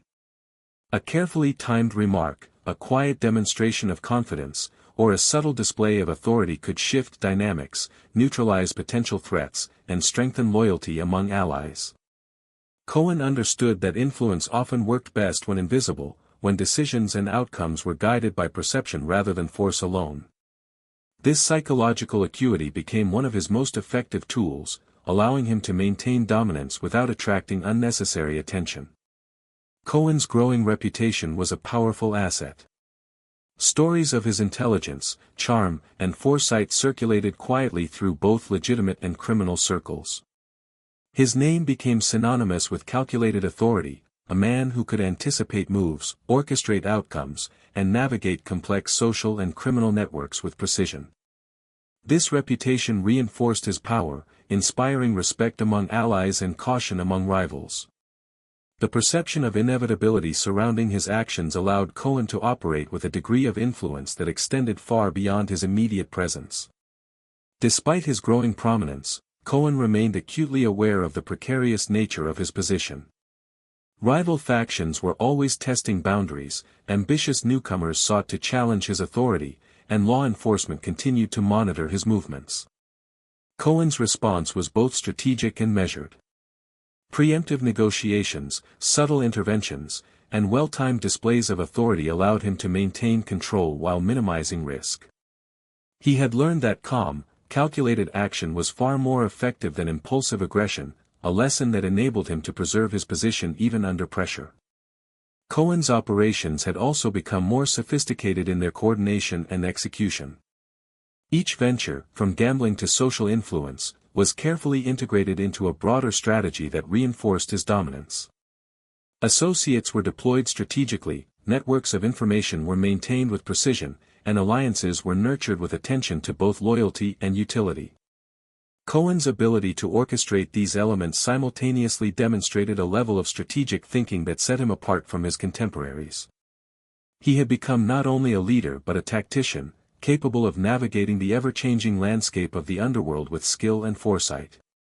By the end of this period, Mickey Cohen had reached a pivotal stage in his rise. He had transformed from a streetwise opportunist into a commanding force in Los Angeles, a man whose influence extended across multiple domains and whose presence shaped both criminal and social dynamics. He had mastered the art of balancing charm with authority, patience with audacity, and discretion with visibility. The city itself had become a stage upon which his strategic vision could unfold, a landscape where he could consolidate power, maintain loyalty, and navigate the intricate interplay of opportunity, risk, and perception. Cohen's journey up to this point reflected not just ambition and intelligence but an acute understanding of human behavior, timing, and the dynamics of influence. Each calculated move, each carefully nurtured alliance, and each subtle demonstration of authority contributed to the foundation of his legendary status. Los Angeles, with its neon-lit nights, hidden corners, and glittering glamour, had become the backdrop for a story of ambition, strategy, and mastery of influence, a story in which Mickey Cohen had emerged as one of the most compelling figures of his era.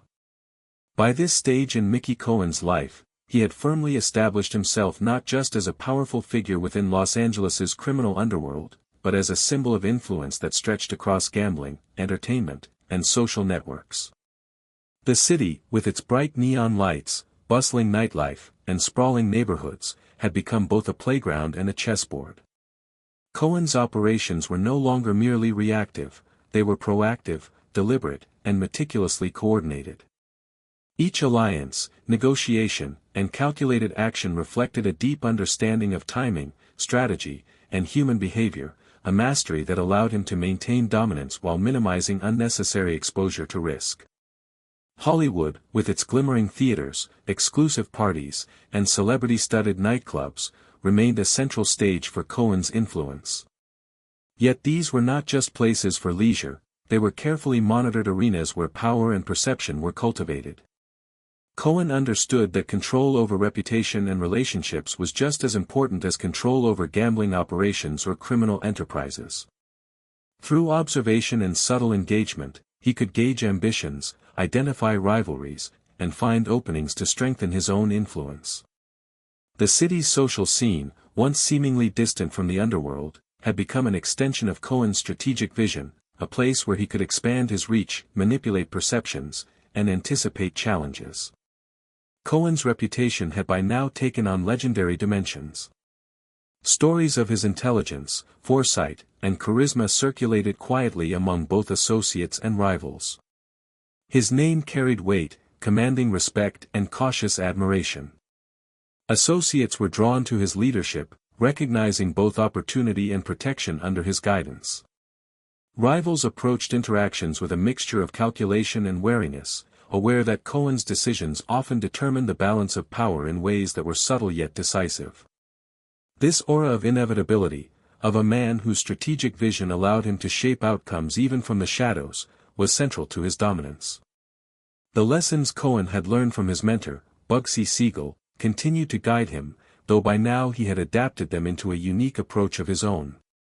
Siegel's audacity and daring had shown the value of bold moves, but Cohen had learned that success also depended on discretion, foresight, and careful management of perception. He had internalized the delicate balance between visibility and subtle influence, understanding that true power often worked best when it was felt rather than seen. Cohen's operations reflected this philosophy, carefully orchestrated, tightly controlled, and strategically timed to maximize impact while minimizing risk. Cohen's network of associates was now extensive and highly loyal, forming the backbone of his influence. Each member was selected for skill, discretion, and an ability to operate within the framework of trust and authority that Cohen maintained. They acted as extensions of his will, executing operations with precision, maintaining order within the network, and enforcing loyalty. Through this network, Cohen's influence extended far beyond his immediate presence, reaching into multiple sectors of Los Angeles society and organized crime, creating a web of control that few rivals could challenge. During this period, Cohen also refined his ability to read and influence human behavior. He understood that perception often dictated reality, and that loyalty, fear, and respect were intertwined forces that could be leveraged to consolidate power. A subtle word, a quiet gesture, or a carefully timed show of confidence could shift relationships, neutralize threats, and reinforce allegiance. Cohen's mastery of these dynamics allowed him to operate with a calm, almost hypnotic authority, able to manage conflict, inspire loyalty, and maintain influence without the constant need for overt displays of power. Rival factions were increasingly aware of Cohen's expanding reach, yet he managed to navigate their challenges with a combination of diplomacy, strategic action, and subtle intimidation. By anticipating threats and taking preventive measures, he was able to neutralize potential challenges before they escalated into open conflict. His approach to leadership emphasized foresight, calculation, and adaptability, a method that allowed him to maintain dominance in an environment defined by volatility, ambition, and constant competition. Cohen's growing prominence also meant closer scrutiny from law enforcement. Police and federal authorities were aware of his operations and were actively attempting to gather evidence to limit his influence. Yet Cohen's mastery of discretion and perception allowed him to maintain a public image that was often separate from his clandestine activities. He understood the importance of strategic visibility, carefully controlling what was seen and what remained hidden. By managing perception with the same precision as his operations, he was able to continue expanding influence while mitigating legal risks, demonstrating a remarkable capacity for balancing power, image, and strategy. The period also highlighted Cohen's increasing understanding of timing and opportunity. He recognized that influence depended not only on action but on choosing the right moments to act. A negotiation approached too soon could be ineffective, a display of authority at the wrong time could provoke unnecessary conflict. Cohen's ability to calculate timing with precision allowed him to optimize outcomes, strengthen alliances, and ensure that his moves reinforced rather than jeopardized his influence. This skill became one of his defining traits, creating a perception of inevitability around his presence and decisions. By the end of this stage, Mickey Cohen had solidified his role as a central figure in Los Angeles, a man whose influence extended across the underworld, entertainment, and social circles. He had mastered the interplay of perception, strategy, and authority, balancing charm with intimidation, patience with decisiveness, and visibility with discretion. His reputation, cultivated through intelligence, foresight, and careful orchestration, ensured that both allies and rivals recognized his presence as a defining factor in the city's dynamics.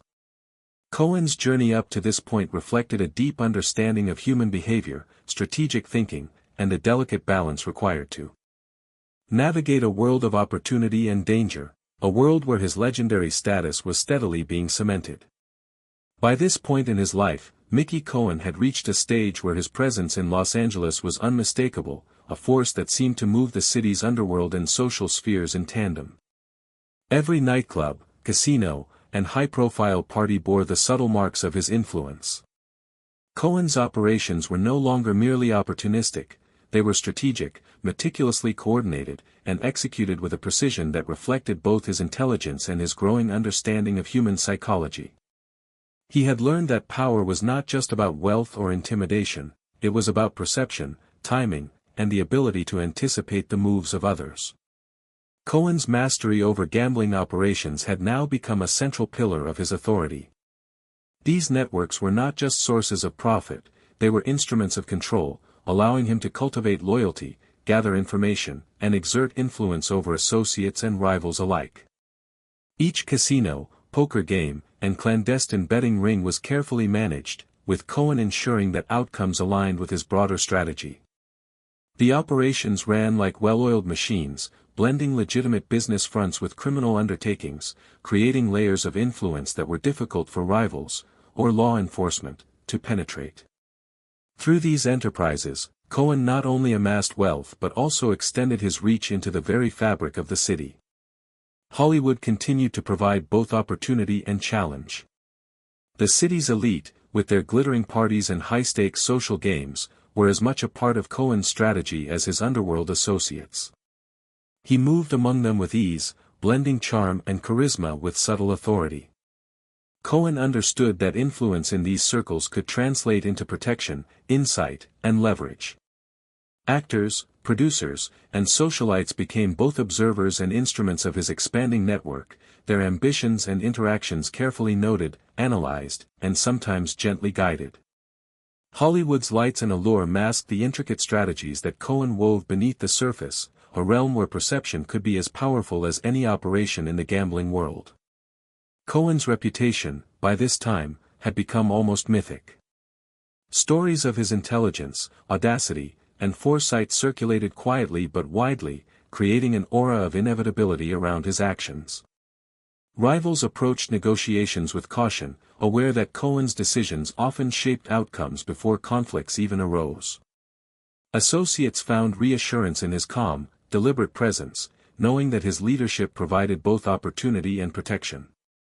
This duality, of fear and respect, caution and admiration, allowed Cohen to maintain influence across a wide spectrum of people and situations, reinforcing the stability of his operations while keeping adversaries in check. Strategically, Cohen had begun to recognize the importance of preemptive action. In the volatile world of organized crime, waiting for threats to materialize could be dangerous. He learned to anticipate rival moves, assess vulnerabilities, and act with precision to neutralize potential challenges before they escalated. This approach extended beyond the underworld, encompassing social and political dynamics as well. Cohen understood that influence was not just about reacting to events, it was about shaping them, subtly guiding outcomes in ways that reinforced his authority while minimizing exposure to risk.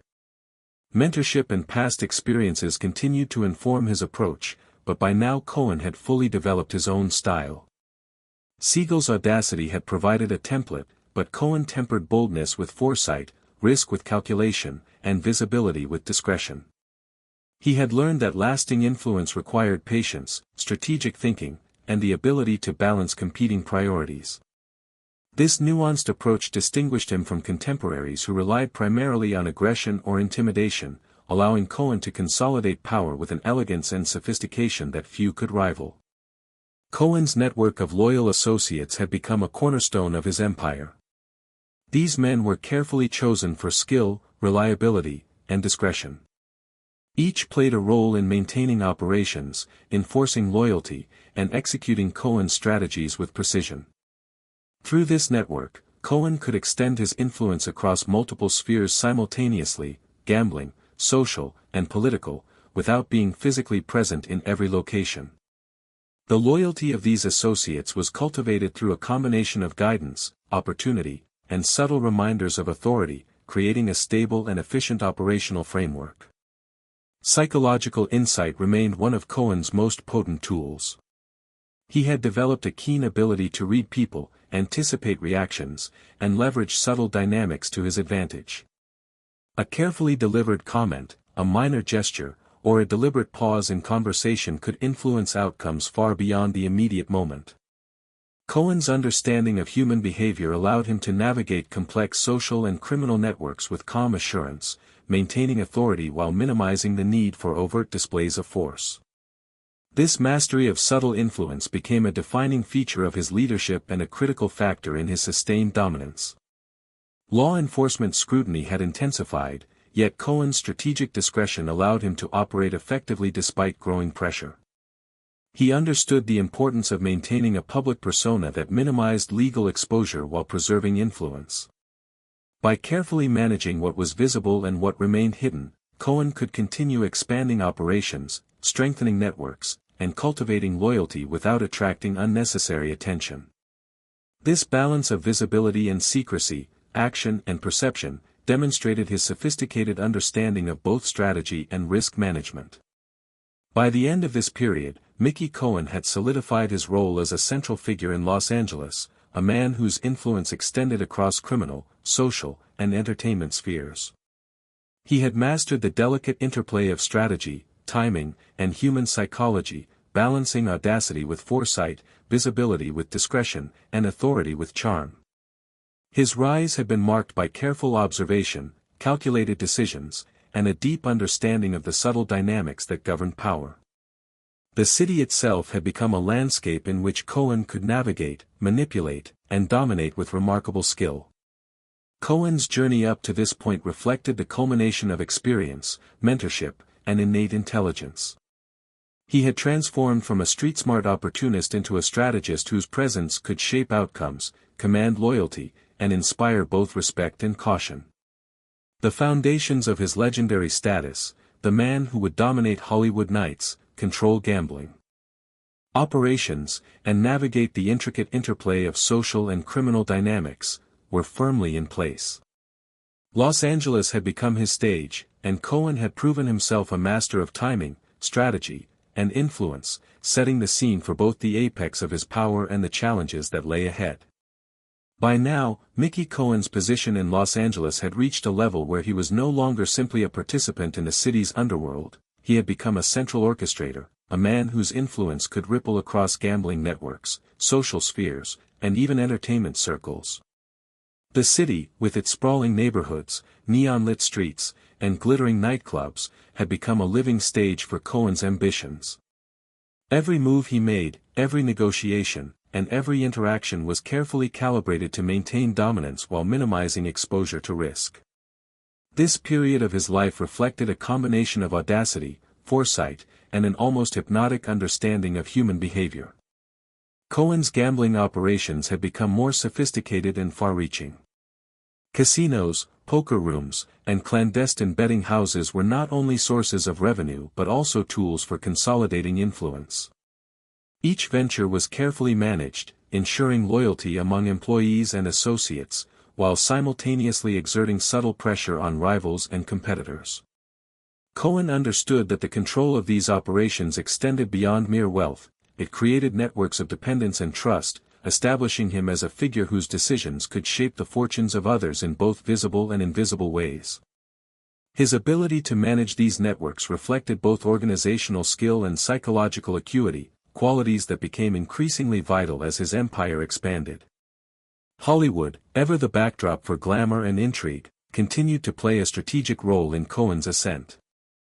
Nightclubs, parties, and social gatherings were not merely venues for entertainment, they were arenas for observation, alliance building, and the cultivation of influence. Cohen's charm and charisma allowed him to navigate these spaces effortlessly, blending in with actors, producers, and other influential figures while subtly asserting his presence. He understood the ambitions and vulnerabilities of those around him, and he leveraged these insights to strengthen his network, mitigate potential conflicts, and ensure loyalty among allies. In essence, Hollywood became both a stage and a tool in Cohen's strategic landscape, a place where social dynamics intertwined seamlessly with underworld operations. Cohen's reputation had reached near mythical proportions by this stage. Stories of his intelligence, foresight, and audacity circulated quietly through both criminal and legitimate circles. Associates viewed him as a source of guidance and protection, while rivals treated interactions with caution, aware that Cohen's decisions could preempt challenges before they fully materialized. This combination of respect, loyalty, and fear reinforced his dominance, allowing him to operate with a level of influence that extended far beyond his immediate physical presence. Reputation had become one of Cohen's most potent assets, a silent yet undeniable form of power. One of Cohen's key strategies during this period was his preemptive approach to potential threats. He had learned that waiting for conflict to arise could be dangerous, anticipating moves, assessing vulnerabilities, and taking timely action were essential to maintaining control. This philosophy applied not only to rival gangs but also to associates and political figures, whose loyalty and influence were critical to his operations. By remaining several steps ahead, Cohen ensured that he could neutralize risks before they escalated, preserving both his authority and the stability of his networks. Mentorship from Bugsy Siegel continued to inform Cohen's methods, but by this stage, he had fully internalized those lessons and adapted them to his own style. Siegel's daring and audacity had taught Cohen the value of bold moves, but he had learned that true influence required balance, audacity tempered by strategy, visibility paired with discretion, and action guided by foresight. Cohen's operations reflected this balance, combining high-stakes ventures with careful planning and subtle management of perception, creating a level of sophistication that set him apart from many contemporaries in organized crime. Cohen's network of associates had expanded and strengthened considerably. These men were carefully chosen not only for their abilities but for their discretion, loyalty, and understanding of the delicate balance of power that Cohen maintained. They acted as extensions of his will, executing operations with precision, managing day-to-day activities, and ensuring cohesion across his growing empire.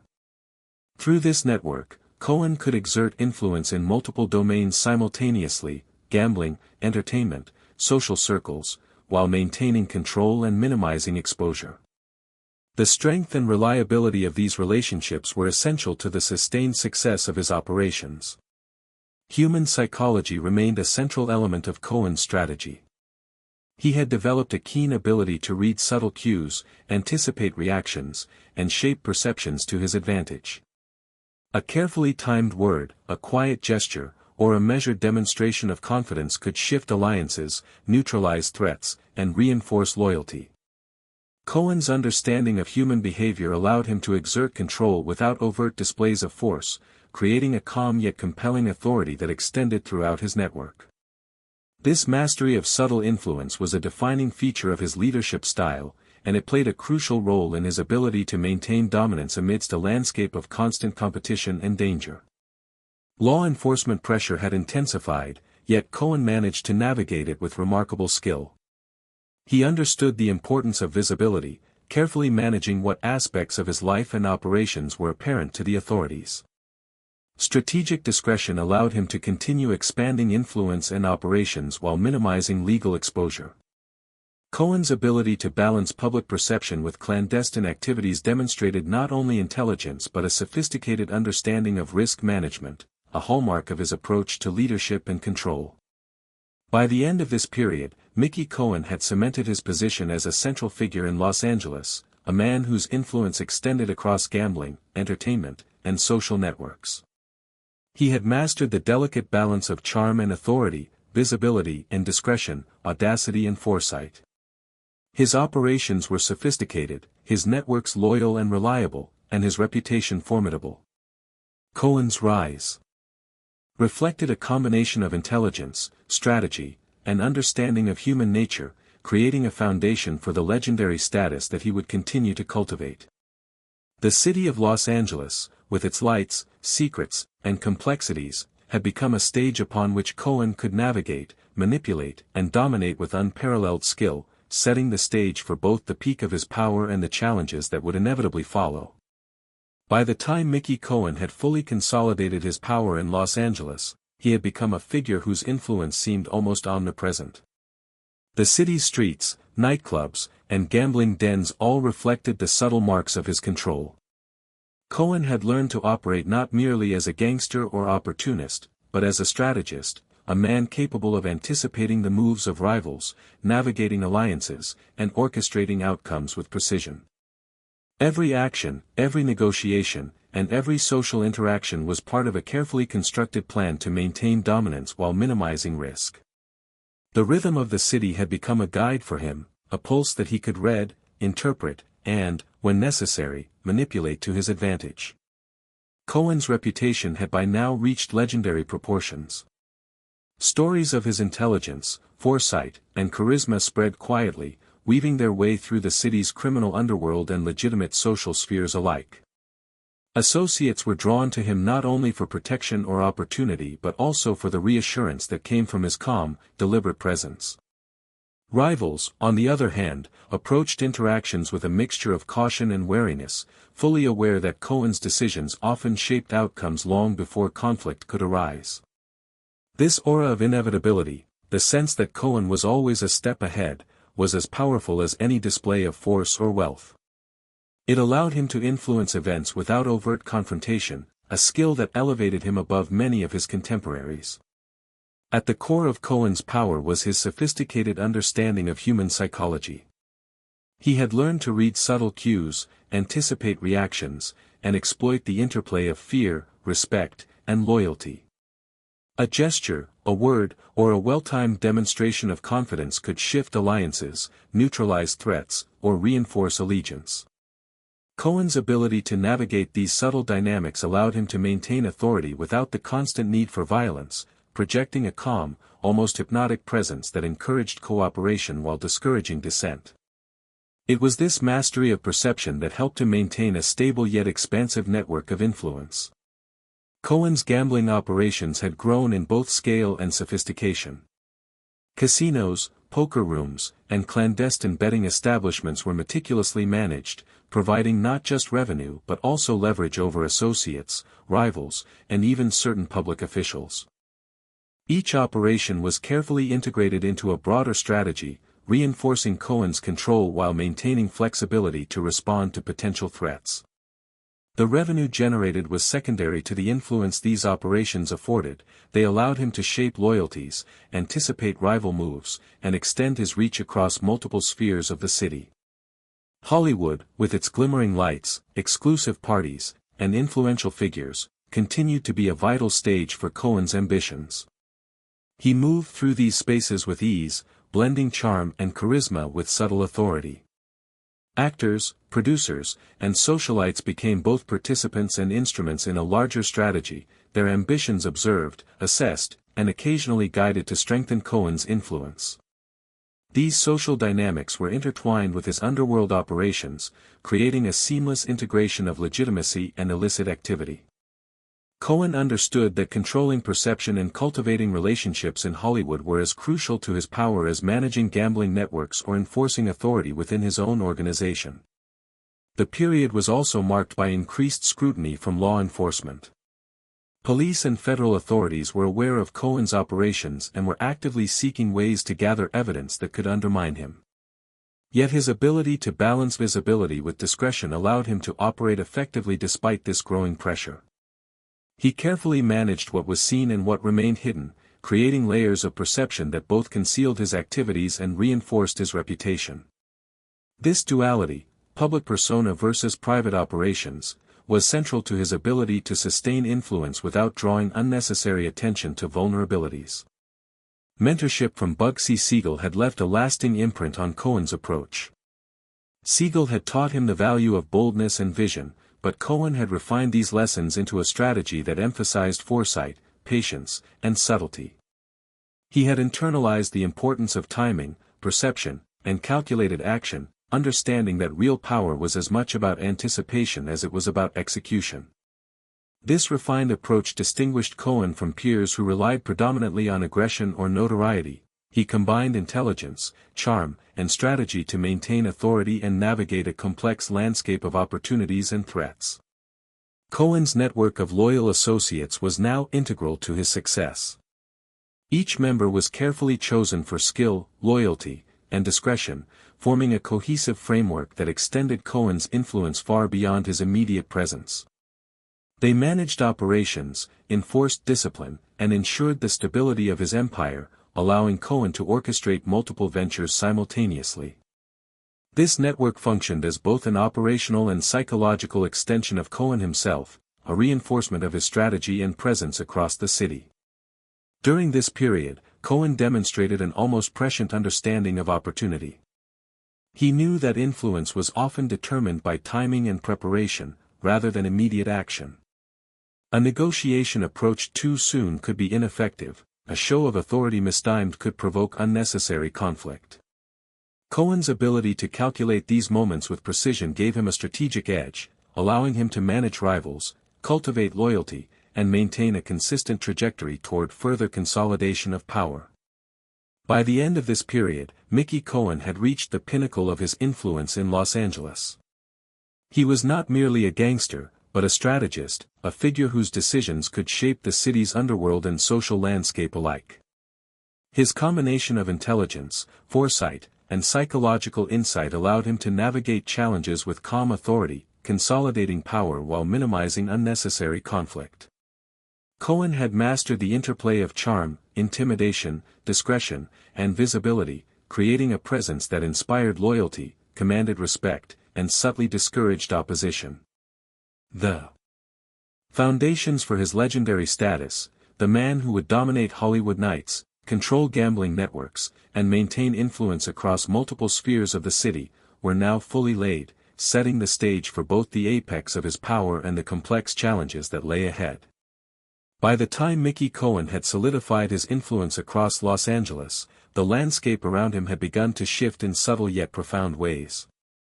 Power, while exhilarating, carried with it an undercurrent of vulnerability.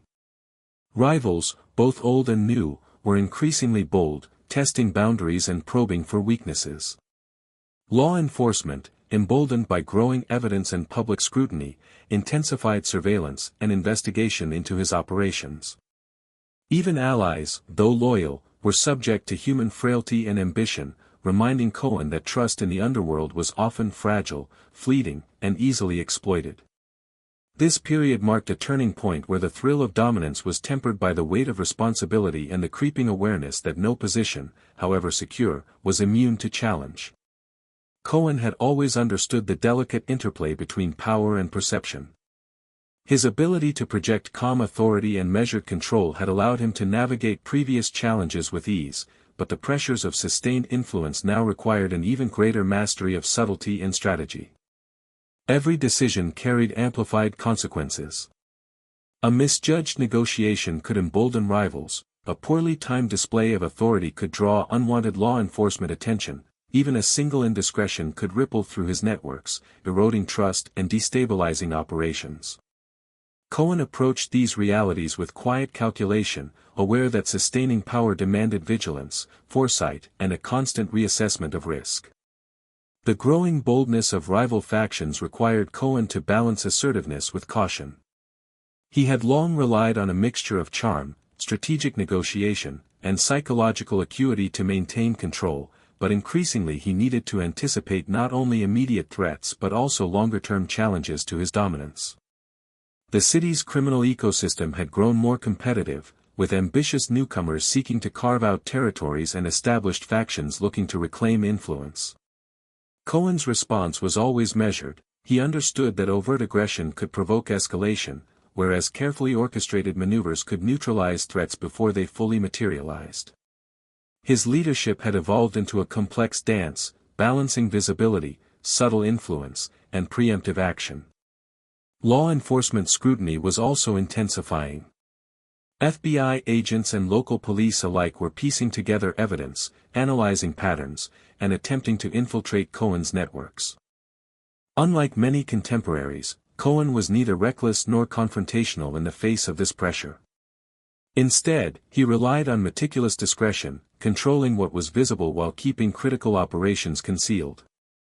He understood the power of perception. Authorities could be misled, rivals could be kept in check, and his networks could remain stable if he projected control while concealing vulnerabilities. This strategic approach allowed Cohen to navigate growing legal and investigative pressures without compromising the foundations of his empire. Cohen's personal charisma and psychological insight became even more critical during this period.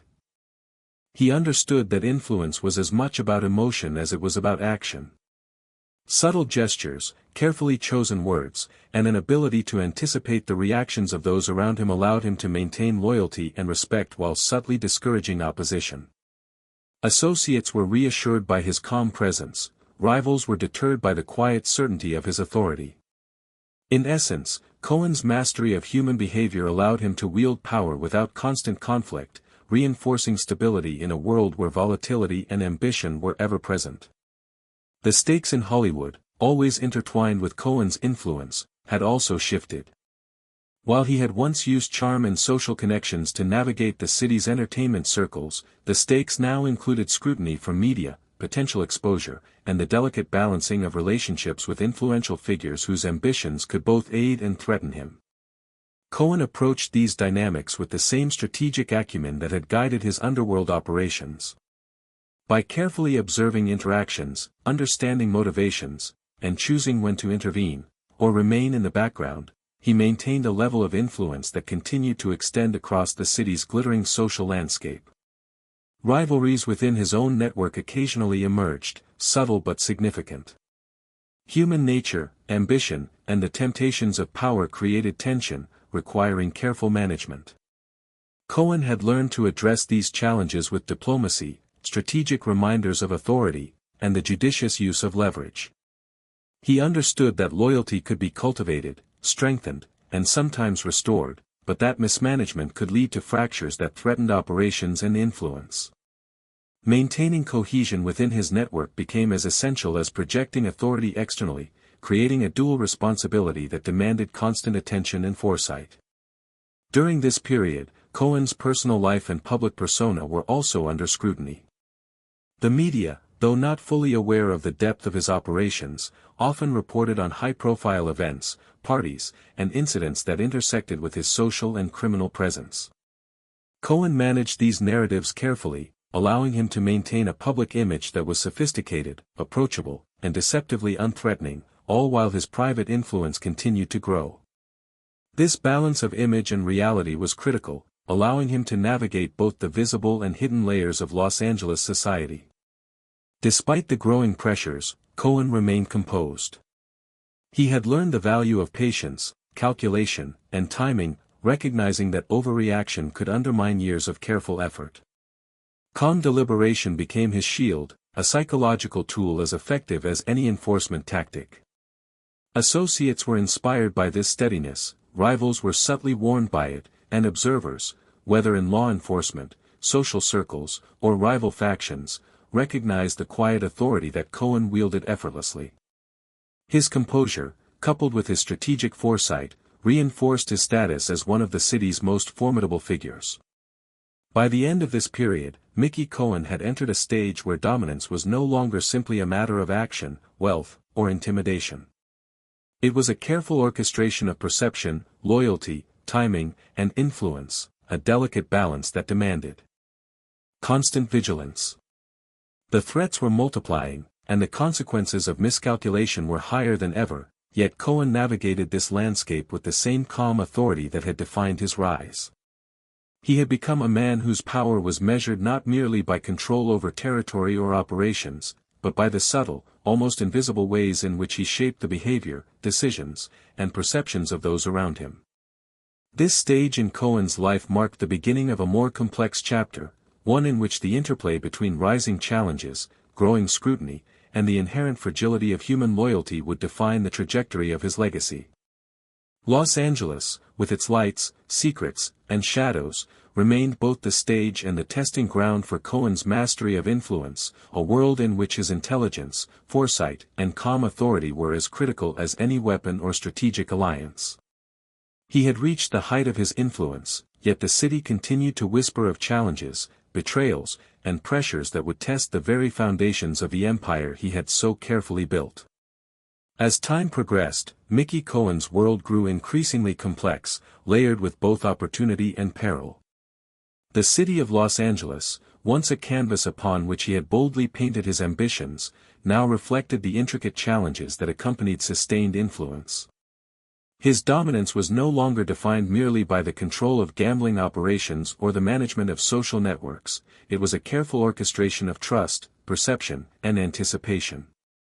Every interaction, from casual conversations in nightclubs to high-stakes negotiations with rivals, carried weight and consequence. Cohen had learned that the currency of power was often subtle, an eyebrow raised, a word unspoken, a glance exchanged, and that mastery of these subtleties could preserve authority even in the face of mounting challenges. Rival factions had become increasingly assertive, testing boundaries in ways that demanded constant vigilance. Ambitious newcomers sought to carve out their own influence, while established groups occasionally attempted to reclaim territories that Cohen had long controlled. Each challenge, however minor it appeared, required careful assessment. Cohen understood that overreaction could provoke unnecessary conflict, yet inaction could signal weakness. The balance was delicate. He navigated these dynamics with a quiet precision, blending negotiation, strategic pressure, and psychological insight to ensure that threats were neutralized before they escalated into open confrontation. His ability to anticipate moves and respond subtly was a hallmark of his enduring influence. Cohen's relationships with law enforcement and public officials were equally complex. As his reputation grew, so too did the attention of the FBI, local police, and other authorities seeking to gather evidence that could undermine his empire. Cohen responded not with panic or brashness, but with a careful balance of discretion and calculated visibility. He controlled what was observable, concealing the full scope of his operations while allowing the perception of authority and influence to flourish. This delicate balance was central to his ability to operate effectively despite the intensifying scrutiny, a testament to both his intelligence and his strategic foresight. Within his own network, loyalty was maintained through a combination of guidance, opportunity, and subtle enforcement. Cohen had learned that relationships, even among trusted associates, could be fragile. Human ambition, personal desires, and the allure of greater power could all threaten cohesion. He addressed these challenges with a calm, deliberate approach, blending mentorship with reminders of authority, and ensuring that his vision of the organization remained cohesive. Associates were inspired by his steadiness, reassured by his foresight, and often motivated by the clear opportunities that loyalty to Cohen provided. The interplay between influence and trust became increasingly nuanced, highlighting Cohen's skill as both a strategist and a leader. Hollywood remained a critical sphere of Cohen's influence, though the stakes were ever higher. Parties, premieres, and social events were arenas in which perception could be leveraged, alliances strengthened, and potential threats monitored. Cohen moved through these spaces with effortless charm, a careful observer of ambitions, insecurities, and rivalries. By understanding the psychology of those around him, he could guide interactions subtly, shaping outcomes in his favor without overt displays of control. The glimmering lights and glamorous facades of the entertainment world masked the complex strategic calculations that Cohen conducted quietly behind the scenes. The human element remained central to Cohen's continued dominance. His ability to anticipate emotional reactions, interpret subtle signals, and guide behavior allowed him to maintain influence without the constant need for force or intimidation. Associates felt secure under his leadership, rivals were subtly warned of consequences, and the broader city's criminal ecosystem seemed to adjust to the quiet but undeniable authority that Cohen projected. It was a power that operated as much through perception as through action, a quality that few of his contemporaries fully appreciated. Cohen's strategic approach extended beyond immediate threats, incorporating long-term planning and anticipation of systemic changes. He understood that influence was not static, it required adaptation to the shifting dynamics of rivals, law enforcement, and social networks. By observing patterns, assessing motivations, and projecting future scenarios, Cohen maintained a level of preparedness that allowed him to act decisively when opportunities or threats emerged. This forward-looking strategy reinforced his reputation as a man whose decisions shaped outcomes before others even realized the stakes involved. Yet, as his empire expanded, the pressures of leadership and influence weighed heavily. The burden of maintaining loyalty, managing operations, navigating rivalries, and anticipating law enforcement scrutiny was constant. Cohen's calm exterior masked a mind engaged in relentless calculation, weighing every decision against both immediate and long-term consequences. Even small missteps could create ripple effects, yet his experience and foresight allowed him to maintain equilibrium. It was this combination of composure, intelligence, and strategic foresight that distinguished Cohen from others who relied solely on force or fear. By the end of this period, Mickey Cohen had achieved a level of influence in Los Angeles that few could rival. He was not only a master of operations but also a strategist whose insight into human behavior, timing, and perception allowed him to navigate an increasingly complex landscape with calm authority. The city itself, with its neon-lit streets, glittering nightlife, and hidden back alleys, had become both a reflection of his ambition and a testing ground for his skills. Cohen had learned to balance audacity with foresight, visibility with discretion, and loyalty with control, solidifying his status as one of the most formidable figures in the city's criminal and social spheres. This stage of Cohen's life highlighted the precarious nature of sustained dominance. Influence, while powerful, was inherently fragile, dependent on perception, trust, and anticipation. Yet through meticulous observation, strategic action, and an almost intuitive understanding of human behavior, Cohen had maintained authority and respect. The foundations of his legendary status, the man who commanded Hollywood nights, controlled gambling networks, and navigated complex social and criminal landscapes, remained intact, even as the challenges of time, rivals, and law enforcement continued to mount. As Mickey Cohen's years of influence unfolded, the city of Los Angeles became both his stage and his test.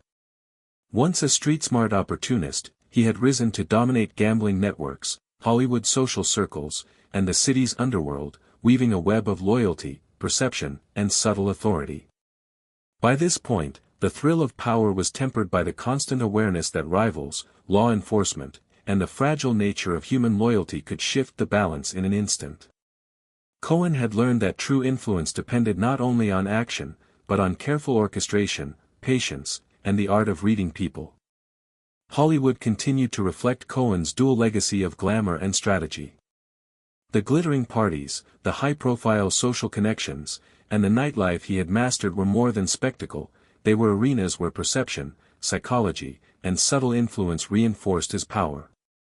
Yet behind the public image of audacity and charm lay a man whose decisions were deliberate, whose foresight anticipated threats, and whose calm authority guided a complex network of associates and operations.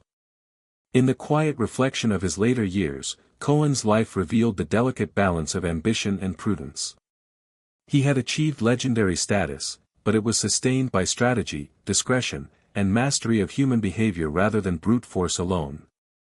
His legacy is not only that of a gangster who dominated Hollywood nights, but of a strategist who understood the rhythms of influence, the fragility of loyalty, and the subtle forces that shape power.